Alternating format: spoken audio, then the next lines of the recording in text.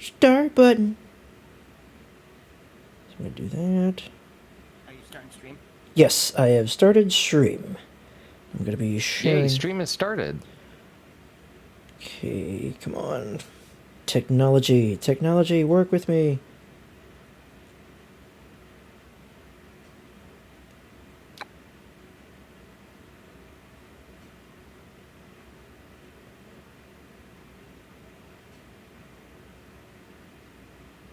Come on, hey, come on.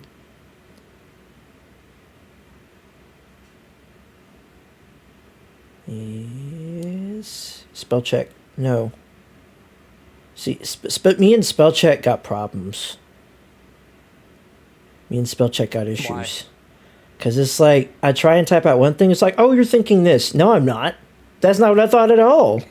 It's like, That's entirely different. It's like playing an RPG game and you're like, this sounds like the right choice, and it says something else entirely different. You're just like, oh, that's not what I was trying to say at all. Oh. I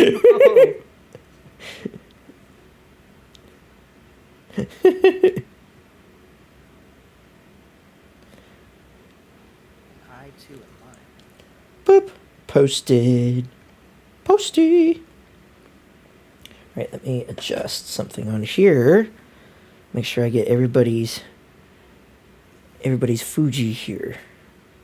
Everybody Fuji. Alright. So now I got Samus's Fuji here. I'll be right back. Oh. See, this thing is a browser source? Yeah, browser source. What the heck? Why is it doing that now? What the... Bro. Oh, boy. Boop.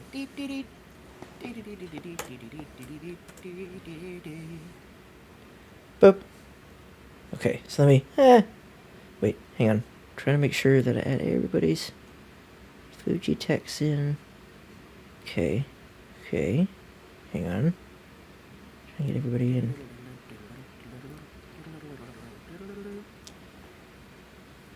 Okay, sweet. It's a squirrel.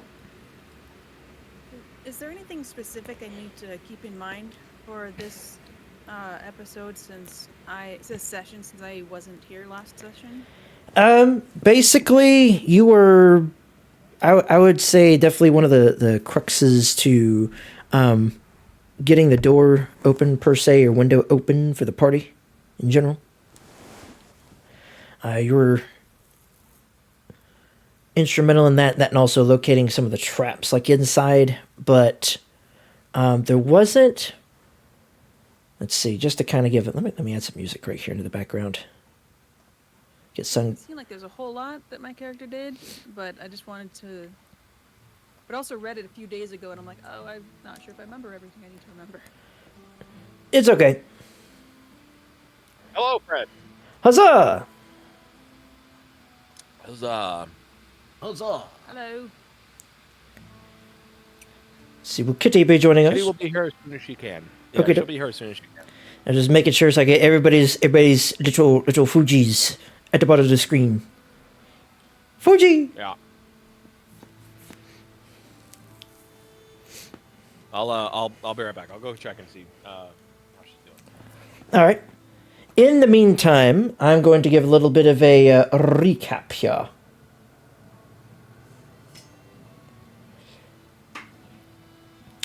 So, to get us started off right here with the recap. The past 24 hours have been quite daunting for our party. Very daunting, actually.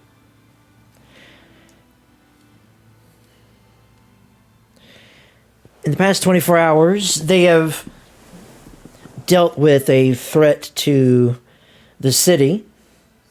And Is it still on the arena map for you guys? Or just for me? oh, I still have it set there. Okay, I was just making sure. Oh, there we go. But in the last session, the party, after being released, was from very brief custody, was sent back to the Crimson Keep after an encounter that had a whole lot going down, which you guys can, if anybody is curious, the VOD is available, up and available. As for last session, the party wakes up in the middle of the night, and this mysterious figure shows up, a changeling by the name of Sereth. And this figure is very interesting because he claims to be the person responsible for taking on the appearance of Asterion and framing him for various crimes against the city of Baldur's Gate, and then very abruptly removing himself from the equation by trying to mention the name of his master. So, therein lies the issue of what should we do? How should we fix this? More importantly, how do we move forward with the fact that this guy, who's the sole person who had the evidence that we needed, is now gone? He leaves behind a calling card, as was mentioned by none other than Jaheira back at Wormrock, that the real Draven Dreadwolf is known for leaving behind a calling card at places where he's claimed his marks. You guys received that calling card giving you the address to the pier where he was hiding out. But before you left, you spoke with Phineas Truewind. He was alert, he was stable, but he also revealed something jarring, that he made contact with some shadowy female figure in what appeared to be described as the Shadowfell, maybe even Shar herself, but also mentioned hearing another woman's voice coming from a light in the Shadowfell, a dim light, but still reaching out to him. So running from this one person towards the other, runs towards the light, and now he's able to see. He relays everything that he saw to the party, to which the party's like, this is crazy. And of course, he's been stabilized now, thankfully, after several hours of administering aid. And so, with that, the party then made the decision, of course, after some debate back and forth on whether or not they should actually go and face this this mysterious figure. You know, if he's Draven, if he's not Draven. You know, what are we facing? What are we looking at? And what are we facing? What are we looking at? And so after some heavy decisions, after outside consultation as well with Gale, the party went to the pier that was written on the back there of the... why are we playing some happy-go-lucky music? We shouldn't be playing happy-go-lucky music. After some dreaded revelations, hang on. Let's do this. Do this. Yes, that fits the mood. All right. So, after deciding to go into the city and visit this pier, the party then infiltrates inside this warehouse, not thinking too much of it, and literally just running smack dab into some Home Alone style traps, like barrels covered with hammers and whatnot. Like literally, my mind just thought, I don't want everybody getting stabbed to death, so barrels with hammers. Flying barrels with hammers, like some Donkey Kong style trap. So you got these barrels with hammers, flying about, running into these traps, finding out that some of the barrels at the front of the warehouse were loaded with smoke powder. So either this was a trap, or this was, as they continued to investigate this facility, and of course making enough noise, one of Draven's arcane eyes came floating about, talking to the rest of the party, inviting them in and letting them know that the rest of the traps were disabled. When the party went inside, of course, they were a little bit apprehensive, as was Draven, being surrounded by 6 adventurers. he told them, first and foremost, he is the real Draven Dreadwolf. Number 2, he's not responsible for anything that's happened in the city and tried to stop the person responsible for it. Number 3, he failed to do so. Number 4, as long as the party would let him go, he would give them the information that he has on hand, which the party did agree to let him go. He also, of course, kicked them the key before it was all over. Let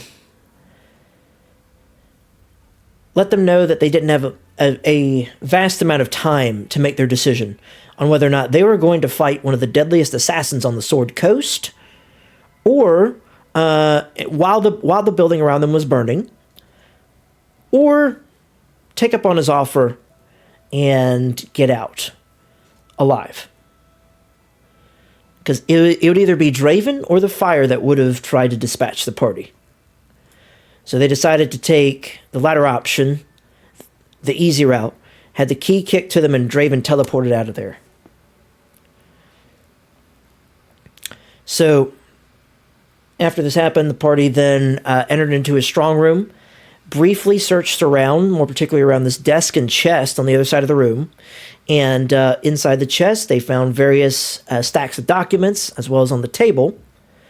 And it was then they used the hatch that they found that Draven had described to get out of there, to get out of Dodge.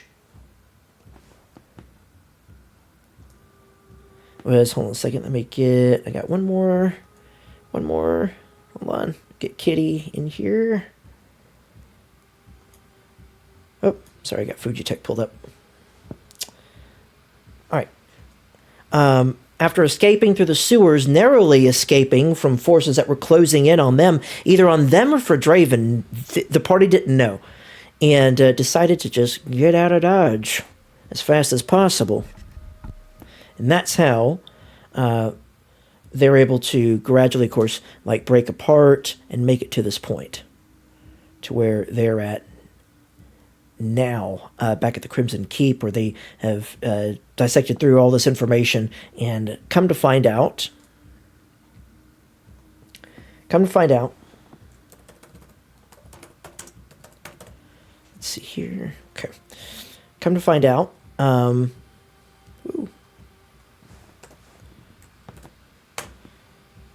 There we go. All right, so we got key right next to Icy here. There we go. Boom. Now we got everybody. Come to find out that we come to find out. Yes, exactly. You came to find out. You know, you all found out. Yay! We arrived and we found out, and then we found out that we arrived. Yes. So, with the information on hand, you guys were able to find out several things. Once you all gathered in here with Sergeant Gagarin, number 1, that, of course, the body of Sareth had been brought back to Wormrock Keep. Number 2, from the documents retrieved, you found out information on the proposed whereabouts of the warlords of Baldur's Gate. Number 2, actually, no, number 3. Next point, I'm losing track of numbers right now. Next point, you guys also discovered that Draven was the person that supplied Garth Dangiel, Reyna's mentor within the Harpers, with the information that he got. So the maps that Caldez got were actually based off of Draven's intelligence from Redjaw's lair. Another piece of information that you guys found out was that Aldian and Fate are both wanted individuals from a kingdom that's not near the Sword Coast. And the last piece of information was this. The person behind all of this, all that's happening in the city of Baldur's Gate, is none other than a daughter of the Gate and daughter of one of the leading families of the Gate, Lystra Durham. And this is where we're at right now. I really wanted to be Duchess Porta Potty. Duchess Porta Potty. Yeah.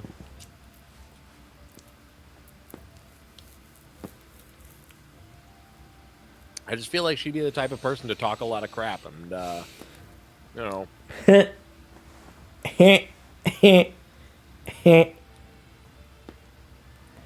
Thanks, appreciate it. It took me so long to get that I'm embarrassed, but that was very funny. I know. I'm only half alive right now. I'll be here all afternoon. Indeed. Is that a threat? Yeah. Also, I had commissioned Blue to make wanted posters for both Kitty and I. Only mine is done right now. She's working on Kitty's currently. Okie dokie. So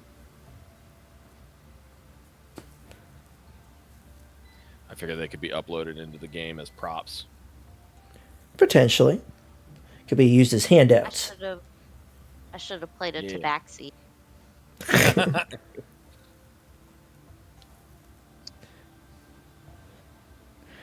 I don't know. Actually, hold on. Caldez, how do you feel about tabaxi? Are you racist towards them too? I don't know. Are they elves? I don't think so. Then he doesn't like them. I don't Oh, think so. boy. Well, technically, But there could be he doesn't like me either. they could be furry elves. Oh no. Pointy ears. What is Yeah, but this? they're not Elder high. Scrolls? Oh, goodbye, Jetta. But they're not the high elves, so then Kaldez and his family are purging them. So Does that mean they're the sober elves?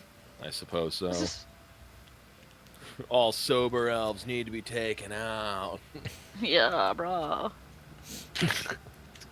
It'll fit in with the high elves. I'm like Swords Coast sober.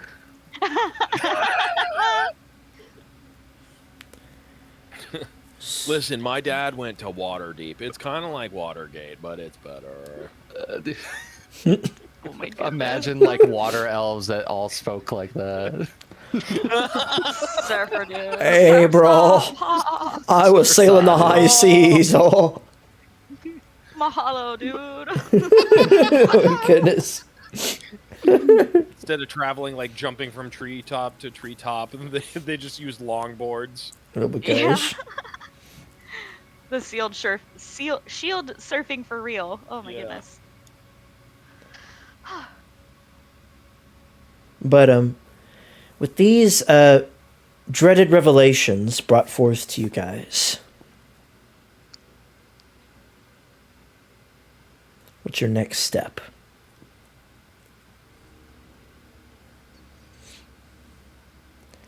This whole time you all have been chasing at shadows this whole time, all the way from the time that you entered into the city, all the way up to Redjaw, and even up to this point. Well, I feel like we should go and inform the Flaming Fist of this conspiracy that we've now discovered. So Isn't one of them right here in the room with us? Yeah.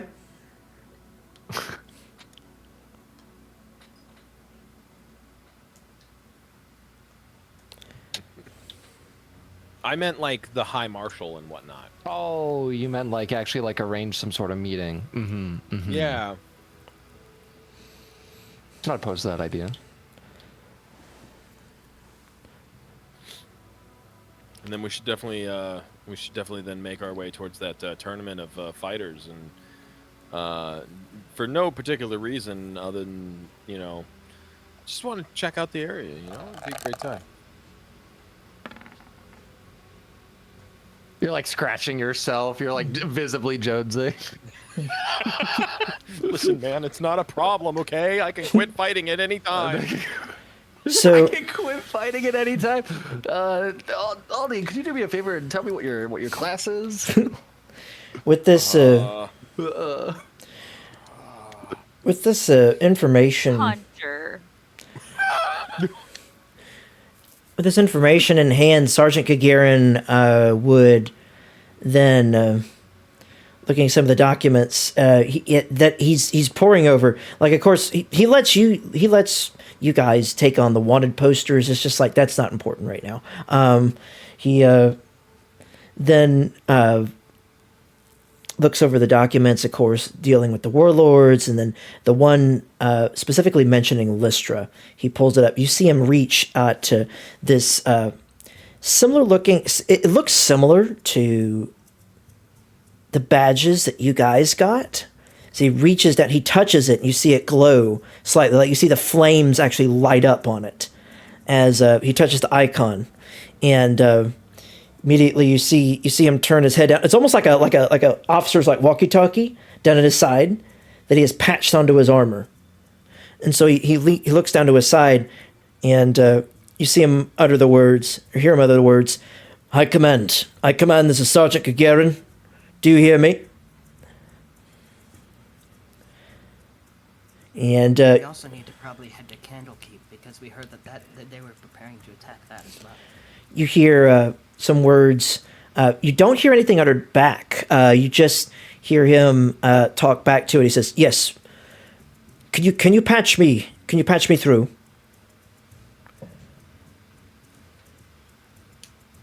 He's not awake yet.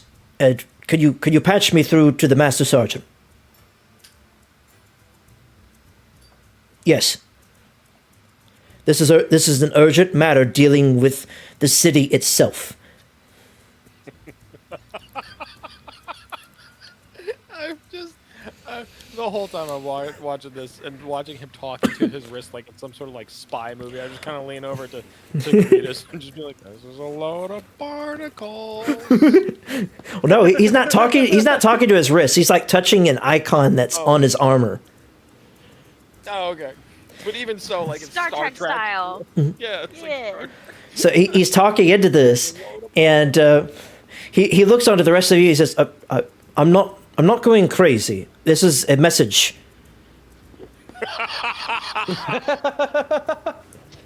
Oh. I think Fever's finally taking Look it. at him with suspicion. I feel like that's exactly what a crazy person would say. Actually. Okay. Are you sure you're okay, sir? You can, if you want, you can roll insight if you think he's going crazy. Yeah, I think he's going crazy. I'm gonna roll for insight. But like, it's funny to me because it's just like Yeah. I we want to see him gaslight him. talking. Can I roll deception? What? Like, I don't think it's working the way you want it to. Wait, hold up. We see him talking, but we don't see him talking. So, Raina, with that 23, you would know for a fact that he is indeed, like, you see the icon lighting up and everything. It's similar. It's similar to. It's similar to higher up agents that you had seen within the Harpers used to communicate with each other. So it serves as some sort of casting of the message spell. As I still look at him with suspicion because he said it was something that was, important to the whole city. Mm-hmm. So I'm just kind of watching and paying attention to what he's saying. hold on just a moment. And then, while you guys are doing that, Caldas is going to just kind of stare at everyone, and then he's going to be like, "You guys do forget that I have a sending stone where I'm able to talk to Gale in a very similar manner." Yeah, no, don't worry about it, Caldes. We know that you talk to your special rock, and that it's you pretend to have Gale talk to you. I've seen you passing by your room at night. It's fine. I'm not gonna tell him about it. You can We keep your I imaginary understand friend. that you It's are fine. not. I understand that you guys are not the most intelligent, but you guys have heard him speak before. So either we are all insane, or you guys are all just imbeciles. And I think it's the latter. I'm leaning towards we're all insane. Sergeant Why Gagarin. can't both be likely? Sergeant Gagarin says, Yeah, right? "Hold on, Can just I not try to punch him now? you're all the way across the table. It would be a It's your stretch. turn. It'd be a stretch." It's her turn. RKO out of nowhere. Just dives across the table over, wrinkling all the papers. Hit Caldas. So as Sergeant Gagarin says, hold on just a moment, and you see him actually pull this metal. It like detaches off of his shoulder plate, and he sets it. It's like one of the two icons that you see on each side, except this one's a little bit more not embossed, but what's the word for it? Like it's more. Like gilded? Yeah, it's a little bit more gilded. So he pulls it off of his shoulder pauldron. where you see like an indentation to where it actually attaches into his shoulder pauldron, and he sets it on the table. You see the flames are still lit and everything. And he says, "All right, you are before the Merciful Misfits here at Crimson Keep, Master Sergeant." "Well, Sergeant Gagarin, what do you have for me?" Oh man, he put us on speaker. More importantly, what do you Anything embarrassing. what do you You all gotta warn us before you put us on speaker. Caldas should have been saying something racist. Like, yeah. You gotta warn us first, We bro. could be getting canceled right now. More specifically, Yeah. Caldas. Yeah. I'm sorry, Sergeant. These guys are all morons. Please continue. Well, wait a minute. Who is the Merciful Misfits? Is that bunch that came in and turned in that reward for Red Joe? Yes, we are. Yes, Master I was the one that Sergeant. Killed him. Oh my gosh. So, what information do you lot have to present to me? Well, we've discovered a conspiracy where the goddess of Shar is trying to destroy the entire city of Baldur's Gate. We're pretty sure Caldas is behind the entire thing. Actually, you should probably just arrest him now. No, that's not true. That one's not true. No. That one's not true. All right. So, as you mentioned anything, that? as you mentioned Shar, he just that 7 right there. He doesn't have a clue who you're talking about. Ah, excellent. The big, scary, dark goddess lady wanna make city go boom. It's real bad, Master Sergeant. Congo, is that you? Who framed? We also found out who framed Asteria. Roger Rabbit? Oh, sorry. I was told that there was a changeling that was brought to us. He's brought down just now to the morgue. Yeah, he was in the middle of trying to tell us exactly who was behind everything, and he couldn't say it without the runes on his neck killing him, and so now he's dead. Well, ain't that a strange thing? I don't know about no Yeah. Shar lady or nothing, but if this guy has anything to do with the Asterian's case, of course, man, High Command's going to want to hear about this, as well as the prosecution and the defense. It's actually innocent. Well, And we have evidence. We have the defense here. Yeah. I mean, that's true. All right, I got to relay this very quickly to High Command. Let me patch you in. Well, actually, first and foremost, hold right here. I'm going to try and see if I can get the commander awake. Wow, I didn't know this thing could get three-way calls. Hold on just a moment. And as soon as he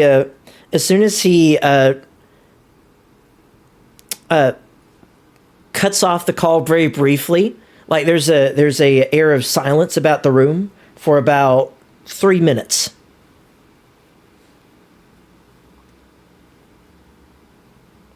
So, Do you think they have like what were they called? The like the ringback music, like when you'd call someone and there would be a song that plays as you're calling them. Remember that? Yeah. yeah. Remember that? Oh, are we all old here?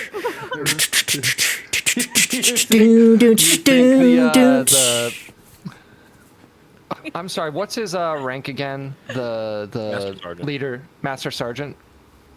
Yeah. I feel like he would have like oh my gosh, 3 days grace is his ring back.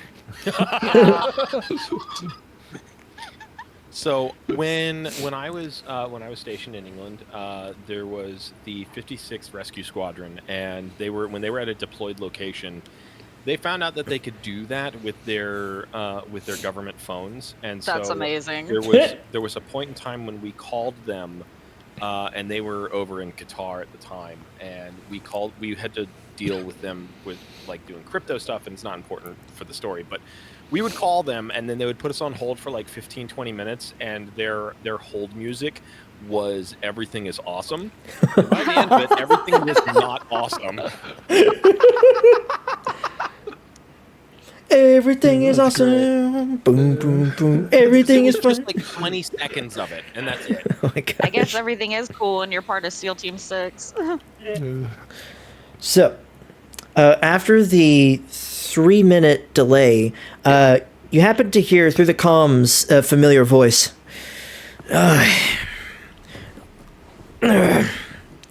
All right. I'm awake now. No, he's asleep. I'm awake now. What time is it again? It's about, it's almost 5 in the morning. It's getting close to 5 in the morning.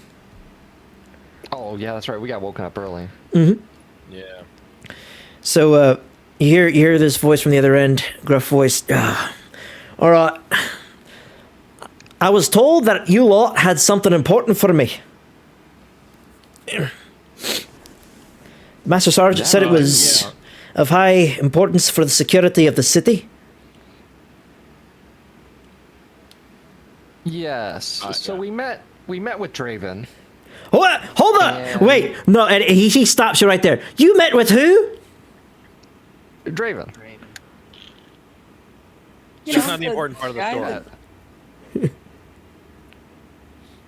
Yeah, there are much more important. He details he to sent Rex us explain. he sent us his calling card, and he told us to meet him at the docks. Immediately, the sergeant stands there as the card is also sitting on the table as he says, "Hi, Commander, if you don't mind, I do have a card right here on hand that does match several cards that have been found throughout the city in years past."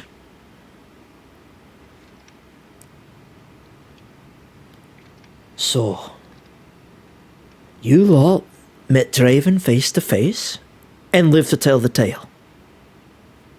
Face to mask, but yeah. Yeah, I wanted to punch him, but he ran away.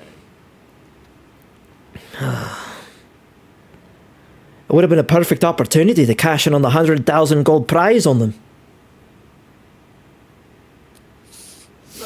Yeah, 100,000 gold is indeed a lot of money, and I peek over at Aldian and Faye. No, you know what's so funny?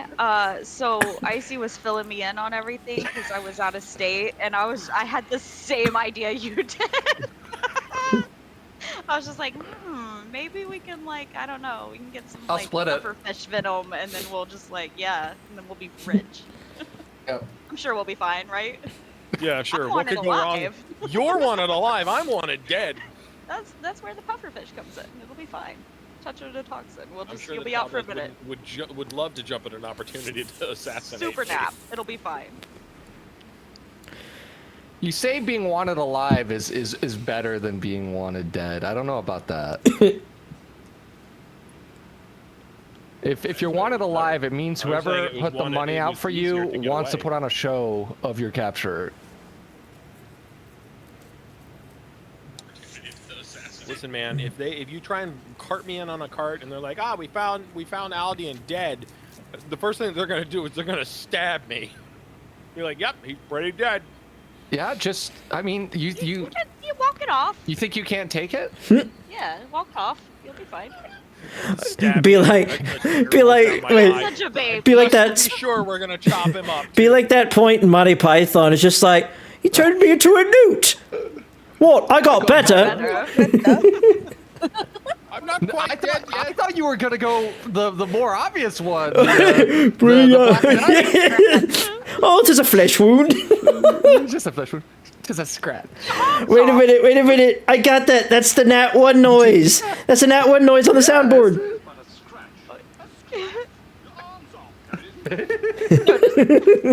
No, it is. No, it is. So, of course, Gawain, the High Commander, is completely flabbergasted by all this. He just woke up and got all this information thrust upon him, and he's just running it through his head. Survived an encounter with Raven's Red Wolf. What was so important that you kept him alive? What was more important than 100,000 gold? Easy money.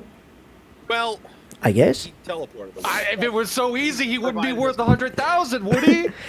I say that in jest. Sounds like no one was able to get him when he was worth 90,000. I say that in jest in due part because he's slain people in my position past. Alright, settle down, settle down. But what was so important that you let him go? I mean, you know, kind of like the fate of like the world or something. He provided us with information that shows that Shar, the followers of Shar, are trying to destroy the city of Baldur's Gate, as well as proving the innocence of Asterion. Listen, I was firmly against letting him go, probably. Aye. I mean, so was your husband, so... So you found... We're on the same page. Listen, We were one flesh. let me put it this way, and let me put it plainly. The information that you found is good for us to operate off of. But the information that you found would be inadmissible in the court of law. Would it though? Would And it? that's why we It's go pretty take care of things circumstantial. ourselves. I mean, we had a spoken confession from a person claiming to have been the one that actually killed. I'm sorry, he killed the son, Yeah. but was not part of the kidnapping. The whole part. son? Was Is He that why was. it's dark? Both in the same night. Okay, he was both. Yeah, the man who performed the murder and the kidnapping. The Master Sergeant did let me know that there was someone downstairs. That, Yeah, in the morgue. in the morgue. I guess I'm gonna have to visit down there, but first and foremost, with this information.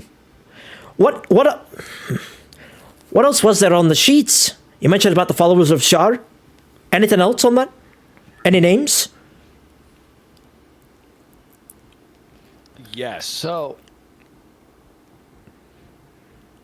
on the actual sheets themselves, Aye.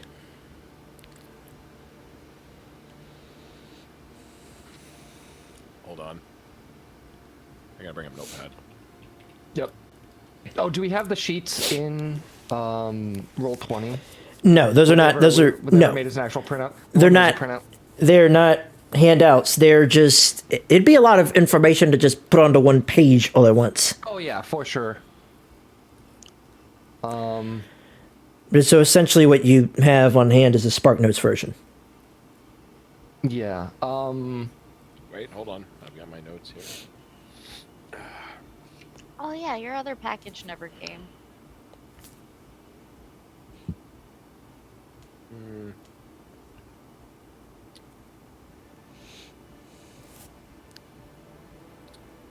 Well, I only wrote down the names of the other generals. Where is That's what we get for letting a fighter take notes. Listen, reading's hard, and so is taking notes.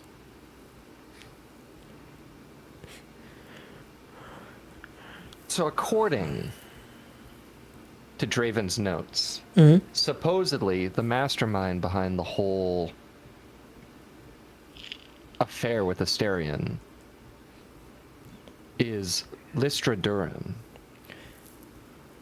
That's hearsay. We have no confirmed, affair with him.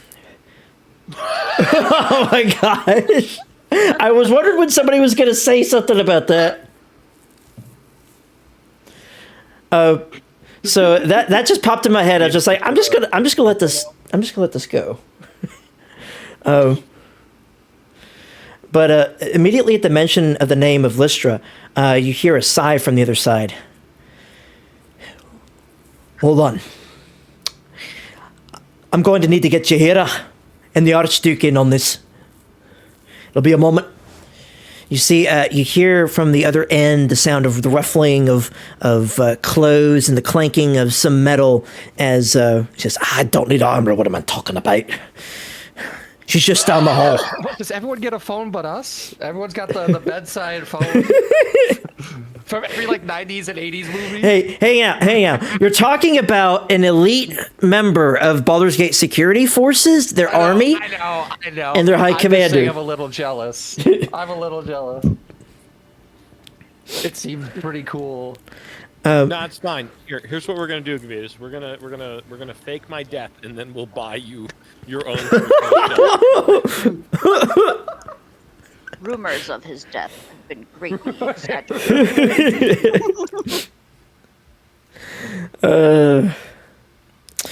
Oh Hey, I boy. got an idea. Give me a scale. We'll go in and we'll be like, this is all that's left of him. Oh my gosh.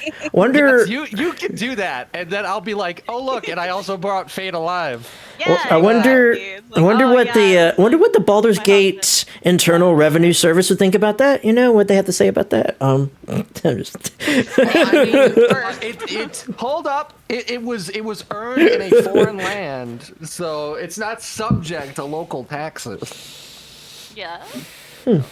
We turn them in. What if I turn Fate in, and then spend 100,000 gold to hire someone to break her out? Listen, it's if it's an infinite I money won the glitch. wanted lottery, I wouldn't tell anybody, but there would be signs. You know what? And I know. Crimson Keep is empty. Oh my gosh. I think we should just put Caldez in a dress and send him in. Yeah, Kados could pose as Yeah, well. paint him green. He'll escape. He has these great plans that involve like being found up in a broom closet or something. I'm sure he'll figure it out. He'll be fine. So you hear the sound of like a door opening, closing shut as he goes walking down the hall several steps, and then you hear a knocking at the door, and immediately the door opens, and he goes, "Oh, wait, you're already awake?"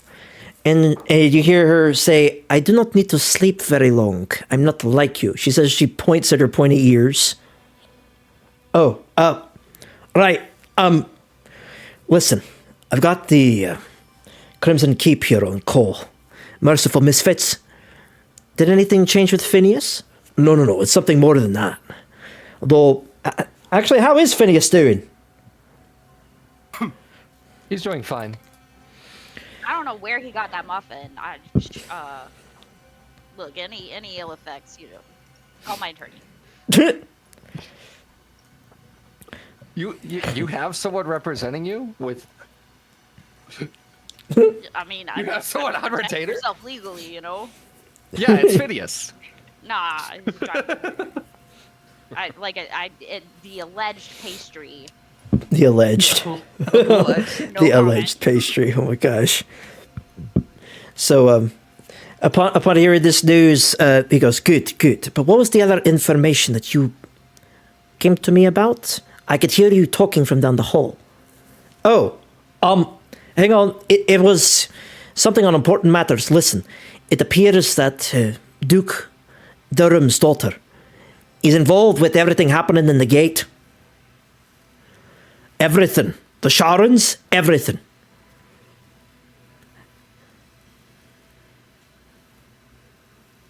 Did you hear her? Let's speak with the Archduke. Let's not waste our breath.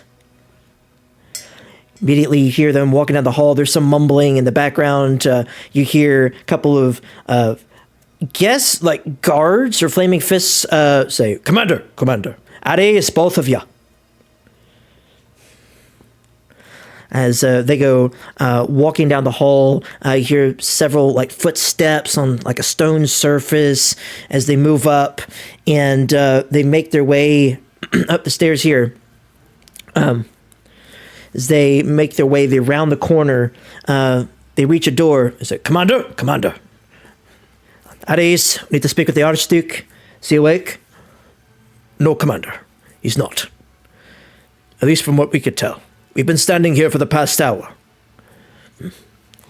All right, stand aside. As he knocks on the door as loud as he can. Immediately, you hear this door open, just like not immediately, just like moments later. As you hear a female voice. Yes? How can I help you? Archduchess Floric? Is the Archduke disposed right now? Currently, but I could wake him. Good. Need to talk with him. You hear some mumbling in the not mumbling in the background, but it's just distant talk, as you hear this groaning coming from inside the room.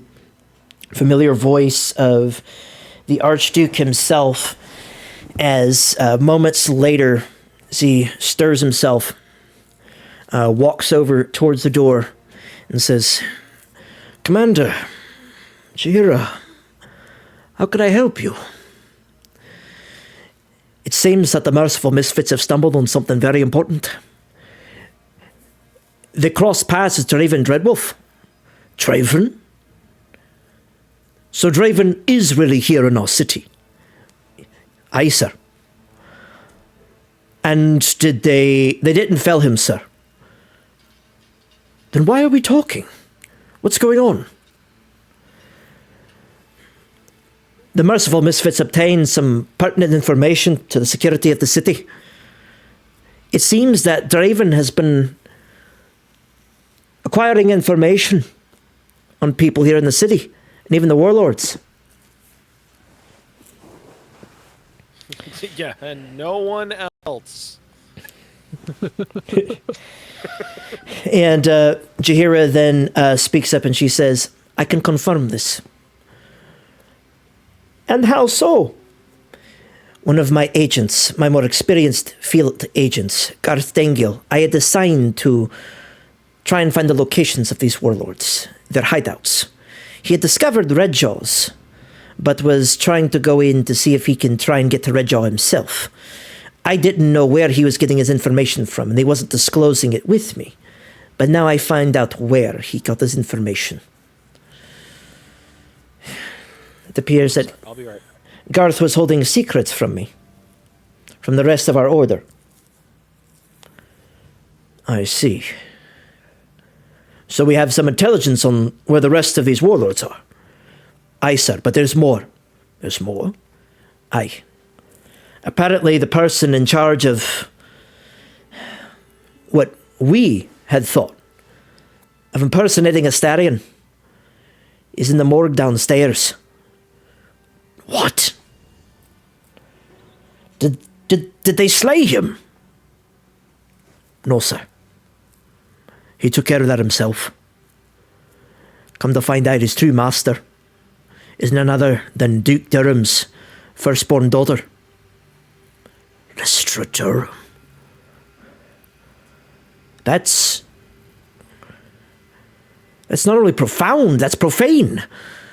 She's been an ambassador for the Lord's Alliance, for the Gate, for some time. She's been to Waterdeep, she's been to Neverwinter, she's been to cities far east. If she's in charge of this conspiracy, she has roots elsewhere, all over Toril."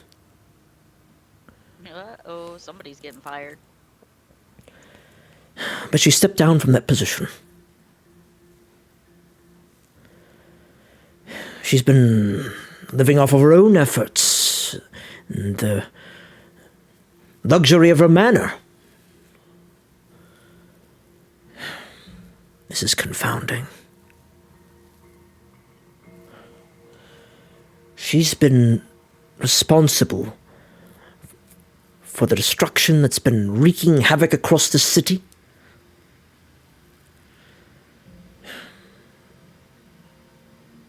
And we can't even turn in any of the paperwork. Misfits, I don't know if you could hear me. What you have acquired from Draven would be inadmissible in Astarion's case, as it doesn't, unless it directly incriminates Lystra in any way, shape, and form in the murder of Callum Durham and the kidnapping of Isla Durham. She couldn't be put on trial, or rather Astarion cannot be acquitted of his crimes, unless we could somehow link the two together. In what way does it not link them, like specifically? Looking at the paperwork before you guys, it's just Draven's observations, Draven's assumptions of what he's encountered throughout the city, and also his very impersonal encounter in trying to take down and kill Lystradurum, but also encountering the presence of Shar being used, basically using Lystra as an avatar to channel herself through. In other words, it was Shar almost puppeteering Lystradurum. This is from Draven's notes, and in Draven's notes it mentions that she could be tied with everything with Astarion, it could be someone else, potentially, but that she's been responsible for the activity with the warlords for certain outside the gate, which would be a totally separate crime than what Astarion has done. So we just need to find evidence linking that to this. Correct. Okay.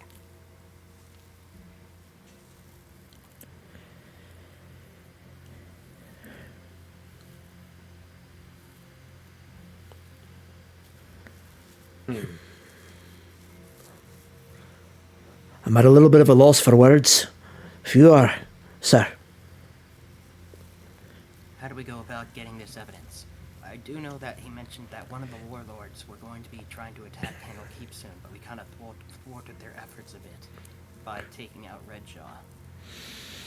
If that's the case, then they might have to back up and regroup. May delay the attack. Should we maybe head that way?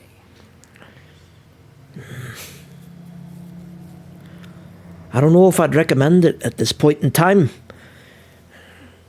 Jaheira, my scouts have reported that Redjaw's forces have been split. It seems that they are fleeing from the woods of Sharp Teeth and running straight towards the Cloakwood. But it also seems that the other half of Redjaw's forces, the remnants, are fleeing towards the north, where Orog, the Destroyer, is supposedly hiding out. Do you guys think Gabo would know anything about this? What did he do after we left? Gabo basically promised to work hand in hand with the High Elder of the elves that were also seeking shelter in New Corridale to try and kick out Redjaw, the remnants of Redjaw's minions in the woods. Alongside, of course, Guz's tribe of orcs. So he might be able to, like, give us a little bit of information on, like, what's going on and everything. We could use him as, like, a go-between. Potentially. Okay. Jaheira would also mention this. Actually, no, Floric. Floric would be the one to mention this to the rest of the group. I think I might have a solution. If you lot wouldn't mind. Sure. You're all presenting amiable solutions in order to deal with the warlords outside of the gate, but what about the mastermind, or so-called mastermind, here within our own walls? If you leave outside the city, what's to say of us? With that being said, I keep my ears to the ground one way and the other way. I still run in some circles of nobility here within the city.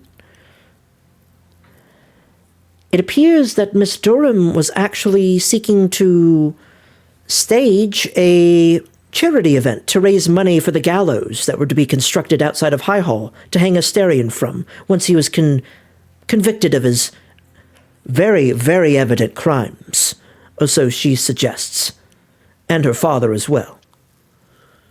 Now that we have all this evidence, can you understand that Astarion is innocent? Innocent in our eyes, yes, but innocent in the eyes of the court. We would still have to prove through other means. I understand. And through the means that I have an idea, a proposal for. I want you lot, in due part because the trial was delayed. We've reported that it was initially cancelled, but not everybody believes us. What if we let it trickle out that the trial was still on? The prosecution can stand, the defense can stand. Can they not? Aye, Finney's true in this. Alive, doing well. Would he be well enough to stand on trial? We would need a lot of protection. And you'll have it. The reason why I mentioned the charity event is this. The charity event was originally scheduled for tomorrow. Specifically tomorrow afternoon. But now Lystra has changed some of the framework of the event, claiming that it is not only to raise money for the gallows, but also the disenfranchised of the city. A simultaneous event to draw more people and draw more money. Well, I bet she'll be very surprised to see Phineas there. That's the thing, he's not going to make an appearance at the ball. You all are. Oh? Yes, it's a masked gala, as some people don't exactly want to be seen by the tomes of truth walking in and out of a gala event mainly benefiting the prosecution. Some nobles don't want to be seen picking sides, lest they might have a crowd of rowdy Asterian supporters showing up at their front door.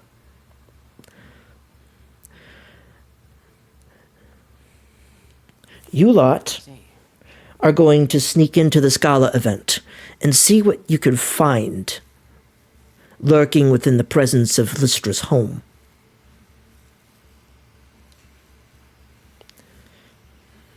Aye, but I got one question. If she's the head of all this, wouldn't she know their faces? Yes, she would. That's why we're going to be masked. I understand. You'll need more than masks.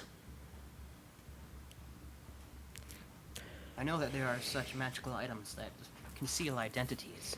And not only that, I do know some magic. I can disguise myself as anybody else. But I can only do it to myself. I cannot do it too many times.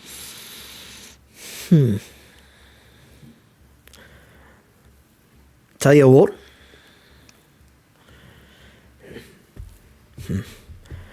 Well, now that I think about it, we don't have anything within the Flaming Fist that would even help with that. I don't go for stealth operations anymore, so I threw out all that stuff months ago. Burned it all. We all go in, we all go fast. And whoever's on the other side isn't going to matter. They're going to be on the floor. So, we can't provide any aid in that regard. I can alter myself and maybe... Yeah, I can alter myself maybe at least 2 times for about 1 hour. That is all I'm able to do. Well, if we're wearing masks is it a masquerade gala? It's a masquerade gala, yes. Well, I mean, do we really need to do much changing to ourselves? I mean, a mask and a costume. If you really think about it, some of those masks don't hide you all that well. So there'd probably need to be some sort of additional disguising happen. I can probably help with that. I mean, who says we need to have a generic gala mask? But I agree with her. Stares at Eldian. Yeah, we'll put a mask on all of you. No one will know. No one will know. No He's one will not know. even here to defend himself right now. Oh. It's okay, I'll paint him blue. Nobody will know. You're gonna put him in blue face? Apparently. Immediately you hear the Archduke speak up as he says, "You would believe that a group of heroes that was spotted guarding the defense would be noticed by a group of people that are being supportive of the prosecution." Well, I can reach out to Gale and see if he has any solutions. That you can. You could attempt to. Okay, so, Caldez is going to be like, hold on a minute. Let's see if I can get a hold of him. And he's going to take out the stone, and he's going to try to call Gale. All right, so as you speak into the stone in an attempt to reach Gale, you happen to hear from the other end this loud purring noise, like a cat. It's the familiar. He's gonna say the name of the familiar. I forget as a person, but I know Coldis would remember. Hello? Who is this? Is this the lad? If you mean lad, you mean Coldis, then yes, it's me. I'm calling so I can get a hold of Gale. It is pretty urgent. Well, he's actually away at the moment. He left his stone with you? Yes, he left his stone with me. He went to another tower within Candlekeep. At least he's still at Candlekeep, so that's good at least. Yes, he's I do actually want to let you know. he's actually conferring some information that he had found out with Elminster. I see. Well, try to keep Gale there. Tell him he needs to stay there for a while he's doing his research. He'll probably appreciate it anyways. There is a potential of there being an attack at some point on Candlekeep, so it'd be great if he was able to stay. However, that's not why I'm contacting you. Maybe I can ask you, as you are his familiar. Familiar? I mean, friend. I am more than a familiar. Thank you very much. Friend. Friend, yes, friend. I understand. It's like 5 o'clock in the morning. Exactly. I was curious. Also, I We're heard trying to figure out- everything, and I have to agree, yes, it would take more than just a mask to disguise me. I'm gonna But paint you blue. do you agree with being put in blue face? I'll pose Being made a blue dragon for the evening? Listen, the safety of the world's at stake, and this is my only chance to paint him. So Caldez is Blue going dragon to say to the what's her name again? I forget. Terra. Tara. He's going to say, Tara, if you know any way that all of us, I have the ability to alter self for about an hour, but we need to be able to sneak 5 of us into a gala. It is a masked gala, but most people, even though we would be masked, would still recognize us. So we still need to be able to be disguised. I know that there are some magical items out there that I believe are kind of similar, like you can wear them, and magically no one can be able to recognize you. I believe there are cloaks and hoods or masks even of those sorts. Do you know anything else or any other way that could help, or if you know anywhere that we could find something like that? How about you come with us? Well, I'm helping Gale here at the moment. He's tasked me with searching through the rest of these tomes. Do you understand that this entire tower is a library? An entire tower. I want to visit. I'm having to go through book by book with a mage hand one at a time. It's very tedious, especially going through understand. pages I with was there. paws. I have hands, and I like books. I will help you, and then you can help us. Well, I can help you in this regard. I can help you in. That's what I'm saying, bro. I like books. I can help I'm you. gonna go to take a trip to the local library. I can help you in this regard. Tell you what. There are individuals out there who can basically cast enchantments as a means of disguise. There are people that can help in certain regards. The less than savory people, you'd have to find one of their dens. I understand. I think I know where to find. I still want you to I go should with be able me to and we can find cats something together. like that. I'm able to use my connections fairly decently. I'd probably be able to find where some of these dens of these people are hiding out. Why do you say people with air quotes? Yeah, Yeah, right? that was a little sus. That was a little racist. Do you guys say that in person? In character? Hold on a second. I'll be. I gotta run to the restroom and get me. I gotta run to the restroom and get me a little. It's a character every other time. I gotta run to the lavatory and get me a snacky snack. I'll be right back. All right. Okay. Well, Caldez is going to reply to you guys and say, well, because of these sorts, they aren't really humans, they're scum. So, what do you... That's so wild. Man, dude. You're so lucky there isn't like fantasy Twitter in Yeah. the Sword Coast. Do you know what All of a race sudden, these his people are? rock 'Cause starts I do not. buzzing with messages of people being like, "I don't think I like you very much, Caldex." Aldez is just going to say, I have no idea what race any of these people are. I just assume humans, elves, all alike, they're scum. It doesn't matter who they are. Oh, Classic misanthropy. yeah. That's why he doesn't believe his parents. That's why he doesn't believe his parents would be elf supremacists, because they should be no one supremacists. Gotcha. Alright. I'm not racist. I hate everyone. I'm so close I just want to go to having, this gala. like, yeah, I'm so close to having my dream day. I get to go to the library with a cat, and then I get to go to a fancy ball as a cat with a cat. That's my goal here. Well, I think that we don't have enough time to do the library, considering that this is tomorrow. Yeah, we would spend way too long trying to get to the library. I'll take you to Christ. the library later.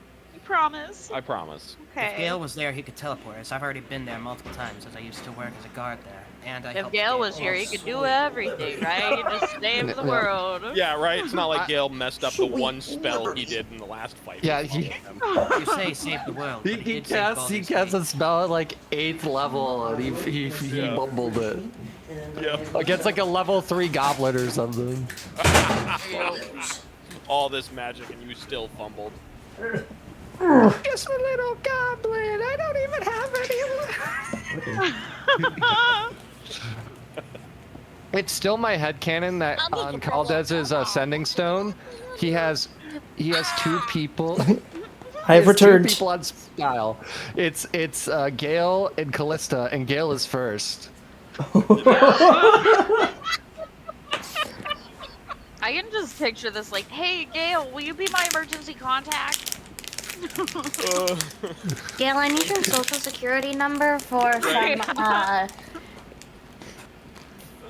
in case I die.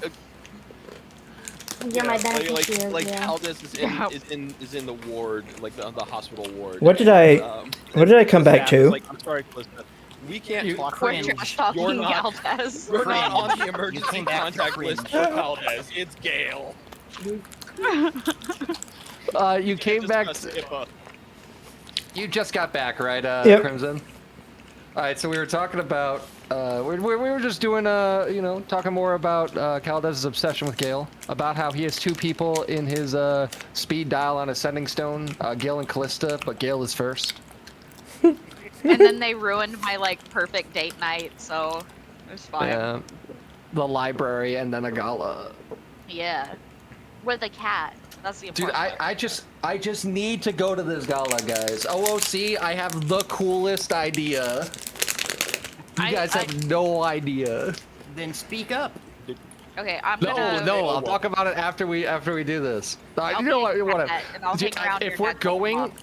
if we're going to the gala, I'm going to have somebody custom remake the magical Draven mask that was on Serena. I'm gonna wear that mask as we search for the mastermind behind Definitely You everything. think that would be Without very the mind control problematic? properties, right? Huh? Without the mind control properties, right? That's why I said remake. Yes. Wouldn't that I'm not be wearing the problematic? mask, although that would be cool. Wouldn't that be problematic, number 1, and number 2? Wouldn't that make you stand out and be extremely suspicious looking, considering you would look like How many people know what Draven's mask actually looks like? a lot of people? Probably Everyone. several. As far as I know, not many. I believe like his actual mask and likeness was only like known by the not incinerators, but like the Flaming Fist. Yes, but you know who also would know what the mask most likely is? That's precisely my point. Mm-hmm. That's Big exactly yeah. why I want to do it. Oh. Yep. So you want to get her attention on you. Yes. That's the whole point. See, Gvatus, you're so smart. Uh-huh. I also need to murder this woman. Y'all needed that required. Tomorrow, Like, actually. y'all had to have that explained. Listen, we both know I'm a bit of an idiot. That's fine. I just think Mine it's too risky. forever. Brave, Sir Robin. I personally think it's risky, but I'm not going to stop you either. As you lot are discussing this, Jahira would then say, "Hand me the message stone, real quick." As she grabs the stone, walks away from the rest of the group. "Could you dismiss the flaming fist in your midst?" Hey, get out of here. Wait, what? What? Why are you dismissing Jahira? What are you thinking about doing? BRB. Where are you going? You hear Gawain's voice becoming further and further away. As he goes, "Oh, okay. Don't listen to our orders. I order you." "Oh, okay. Jahira, just what exactly are you trying to do?" "Let me do this. Let me handle this, and tell your friend at the Crimson Keep to walk out of the room." That's friend in air quotes. Jahira, I hope you know that you and your harpers are contracted by the city of Baldur's Gate. You do not have authority over... I do not have authority, but I do have history with this city. I've said it twice. What did you I do? don't see what the big deal is for having the guy dismissed, though. He did kind of help beat, like, the god of murder. It stopped him from coming back that one time. If it wasn't Our for friend me, in the room with us? if it wasn't for No, me, Jahira. if it wasn't for the hero of the gate, Yair, for Asterion, for others, you would not be standing here breathing before me. You would be an illithid. Trust me with this. Did I just hear a train? I heard that too. I have a feeling that was somebody's phone. I apologize, yeah. Yeah, I know. I recognized it from somewhere. I'd heard that before. I'll Gil be... calling you? That's crazy. No. I'll be right back. I need to go do something real Okay. quick. Immediately you Listen. hear... there's a brief pause and then Gawain goes, "Sergeant Gagarin, aye, Commander. Step out." "Aye, sir." Excuse me, pardon me. Excuse me, coming through. Excuse me, pardon me. There, coming through.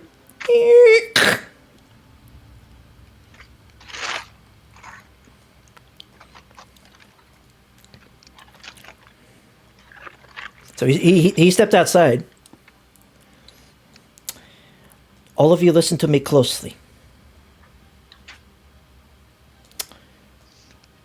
Have any of you heard of... well, let me put it this way. The information that I get... I'm so sorry. I got attacked by chicken nuggets. I rolled a nat 1 on my dexterity save and everything fell into my lap. I'm so Oh. sorry about all that noise. Ooh, I didn't hear That's anything. what that was. I heard a little bit of, like, rustling paper. Almost. Yeah. I got attacked by a Wendy's bag. It was even funnier to watch. Oh my gosh. So as he after he leaves the room and shuts the door behind him, you happen to hear Jahira say, "I am known to use means that are a little less conventional, as Reyna knows, and as the rest of my harpers know. Have you ever heard of a information broker by the name of Xanathar?" We've been to his Sounds bar, yeah. familiar. Yeah. Well, me and Aldian. Me and Gavitas, we were like, we totally like Yeah. found his bar by accident, and we made our way in. Romance. Yeah, nobody told us about where it was. Yeah. We totally worked it out. So- all on our own. You found this out all on your own. Hang on a second. Jahira's gonna roll an insight check just for poops and giggles. Ah, dang it! Hold on. She got to roll that insight.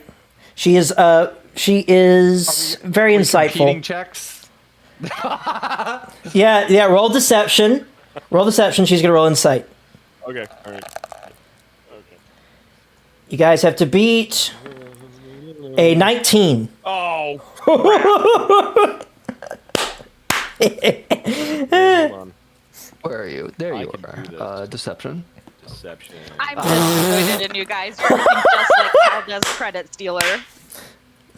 immediately. No, you don't know how we're trying to Listen, rat someone out here. Listen, I call this.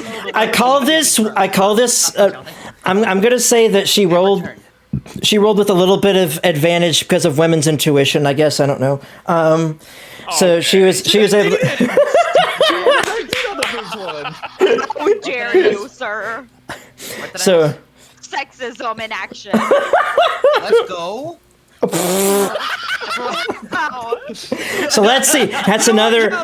Maybe you're alright. That's another. Okay, so That's wait. another ism. It's another ism to add to Caldez's character sheet. If we're gonna do that, then the rest of the ladies in the group always get advantage on insight. I'm just joking. I'm just joking. That's not going to be a mechanic in the game. It would have made a difference. He rolled a 19 and then a 7. Oh my gosh. So it's unnecessary sexism. All right, so with that 19, she's able to read through the nonsense that you guys just spat at her, and she goes, "I think I know who you spoke to. There is a former adventurer here, a group of adventurers, of which the keep you occupy belong to." I mean, I'm not gonna name names here. Derringer's daggers. Was it Sazzy? I'm not gonna name names here. I mean, It's not that I want to know. I'm not just. say it was. I'm It's just. not that you want to know. It's just that you're asking. I'm just. Just look over at her and go like, wink, wink. Well, Listen. for a stone deer, she's not actually here. I'm just chiding. Anywho, I know who it is. Just say a little squirrel told us. You know. The reason I know of its existence is once again because of my one of my best agents, Garth Dengil, frequented the place. He got information on happenings within the city, and that is also how Asterion and the High Marshal helped weed out the trouble that was inside the city. Unfortunately, Over to Aldia, I'm like, oh wait, that's right. Garth was there when we went. Oh yeah. I totally How did forgot you about forget that. It was a. I wasn't looking for Garth Dangle. wait, what? It's been happening the last couple weeks. You can't blame us for not remembering one person that was that happened to be at a bar we went to. His name is Months ago. Dangil, not. Went to a bar without me. Right. Garth Dangle. Not Dangle. Not Not Dangle. Oh my gosh. Darth Dangle. Darth Dangle. First time, so. The real big bad evil guy. Darth Dangle. Wait. Garth would be. Merciful Misfits, I am your big Oh, bad no. evil guy. It's him. Darth Dangle. Oh no. Oh no. No, Garth Dangle. But she would say, I personally sent him there, as I am now aware that two of you know of its location. But with it being, let's see. So essentially, it's a different day in game than the day that you guys visited. So the door to the bar would be at a different location. Yes. Yeah. She would then say, I think I could provide a little bit of help to the rest of you, but just in case any prying ears are listening in, and Raina, I'm going to be messaging you something that she is going to speak to you using Thieves' Cant. Okay. One second here. Oh no, they're speaking in Pig Latin. Oh my gosh, hang on. Okay.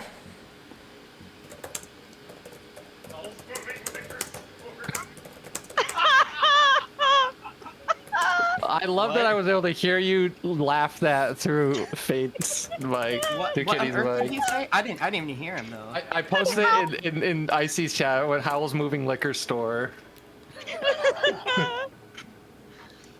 That's funny. Oh, that's the best. That was so good. The funniest part is that Howl canonically moves his castle to avoid taxes. Yep.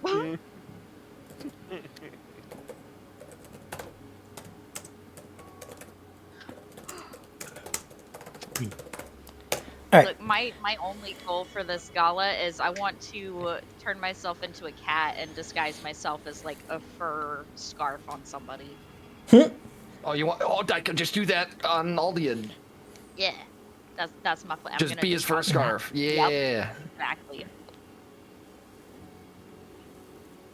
Yeah, and then Yeah, I there have was to once upon a act time, all like rich and sassy. Yeah, there was once upon a time actually when I have to had a act all rich campaign and sassy. that I was in. I know it doesn't.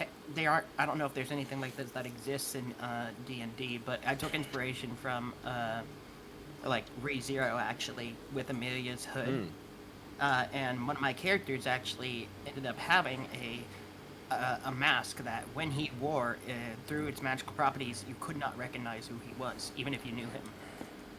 Oh, interesting. So, Unless he tells you. very famously, you know who Driz de Erden is? No. Yes. So he's like the Drow character, right? He was the Drow ranger fighter that dual wielded scimitars. He has like 15 books or something. He's like one of the most famous D&D characters.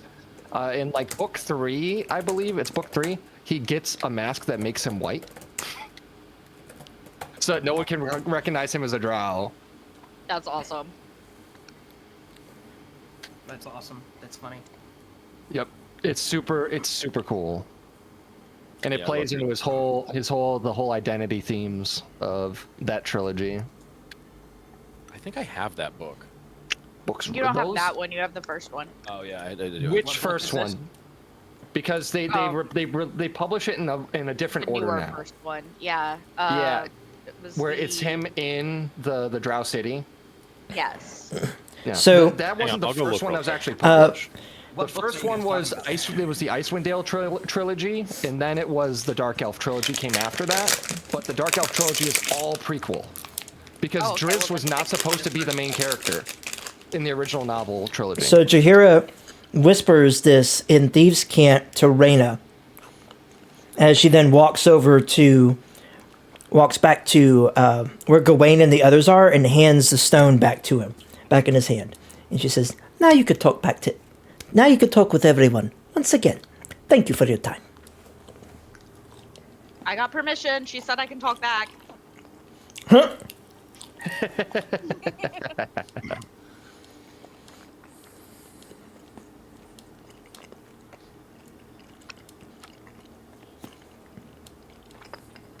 I actually have book 2, Exile. Oh, you have Wait, what? Exile. So yeah, that's the second Yeah. book of Dark Elf. Technically, the fifth Yeah. book. What books are you guys even talking about? The old The Dungeons and Legend of Dragons Drist books. Yeah, it's by R.A. Salvatore. Yeah. Ah, they're books. My dyslexia no like There's audiobooks, and they're really yeah, I good. was gonna say. All right, so I after was wanting to find some of the old original, like even from the DC ones, the original D&D comics, because I know the new ones are going to be similar to like, you know, D&D 2024, which is something I want nothing to really do with. It'll probably be thrown to garbage. So that's why I would love to find some of the old ones, the originals, in which I didn't even know DC made some of theirs, made some before. So I'd love to try to find some of those eventually. Back to the game. So is Reyna, are you saying anything to us? Or you're relaying any of the information to us?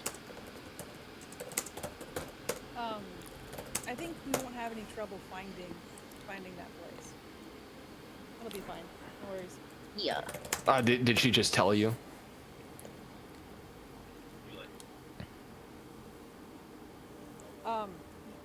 Yeah. Okay. That's all we need to know. All right, good. Now we don't need to go talk to Sassy now. Oh, I said it out loud.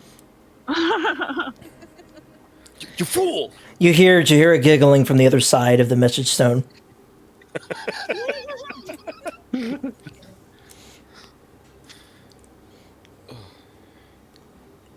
All right. All right, if we know where to Well- go, then I think we should make haste, as we have only till So- 4. What? I just stand up and I put my we- hand across my chest and be like, I will be the best scarf you've ever seen. Caldez is just going to stare at you and say, "What?" Oh, did you miss that part? I think he was stepped away. Yeah. Oh. So I'm gonna be a scarf. She's gonna what turn exactly is herself our into plan once into we a get cat there? girl. Are we bringing the what is it? We need like 200 gold to have whatever answers straight from Xanathar. What's our plan once we actually get to the bar? I'm just kind of muttering They're to trying to myself meet about someone. different fur colors. Good. Like, what'll bring out his eyes? Green. Oh my Got gosh. it. Green cat. Green.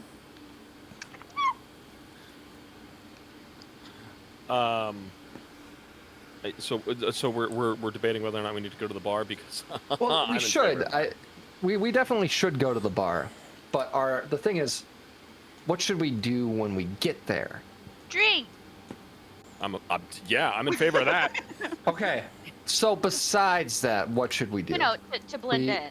could- I mean, we should probably find a way to prove the one lady who we have decided is the mastermind.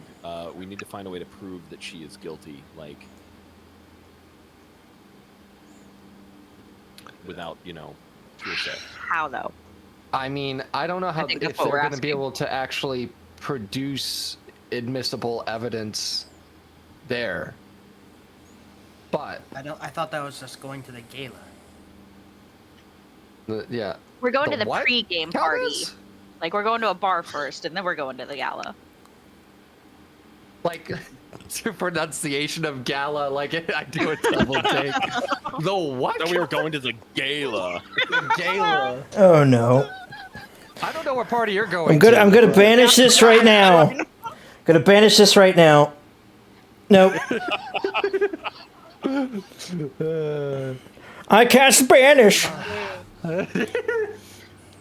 You cast Spanish? Oh, No. No. Oh, come on, stop. No. I did. Oh my gosh. español. No habla español. Brother, this guy so- stinks. I'm just kidding. Mucho cerveza. My gosh. So when we get there, our goal obviously is to get some admissible evidence that can clear Asterian's name. I don't think they'll have anything physical there that we could use, and obviously, anything spoken is not admissible in this case. So we can probably, the very least, get information on where to get such evidence.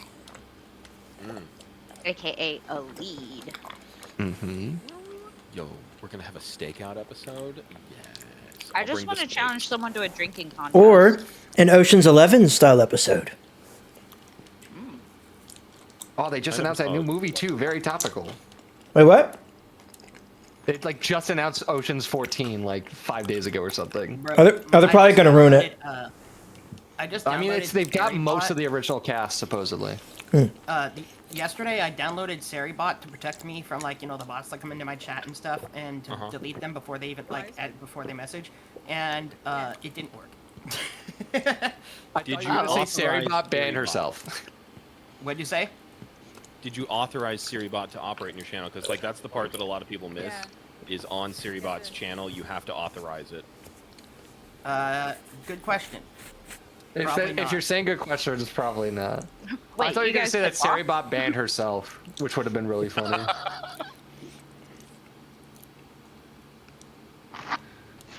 So, if that is the case, we should probably prepare questions. Oh yeah, because we do have a certain number of questions before they start charging us gold.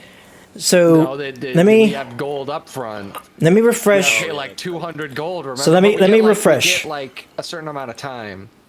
So For 10 minutes or something like that. what you were told initially by Garth when you visited there was it was 65 for 5 questions and 125 for unlimited amount of questions, but only one person could be asking those questions at a time.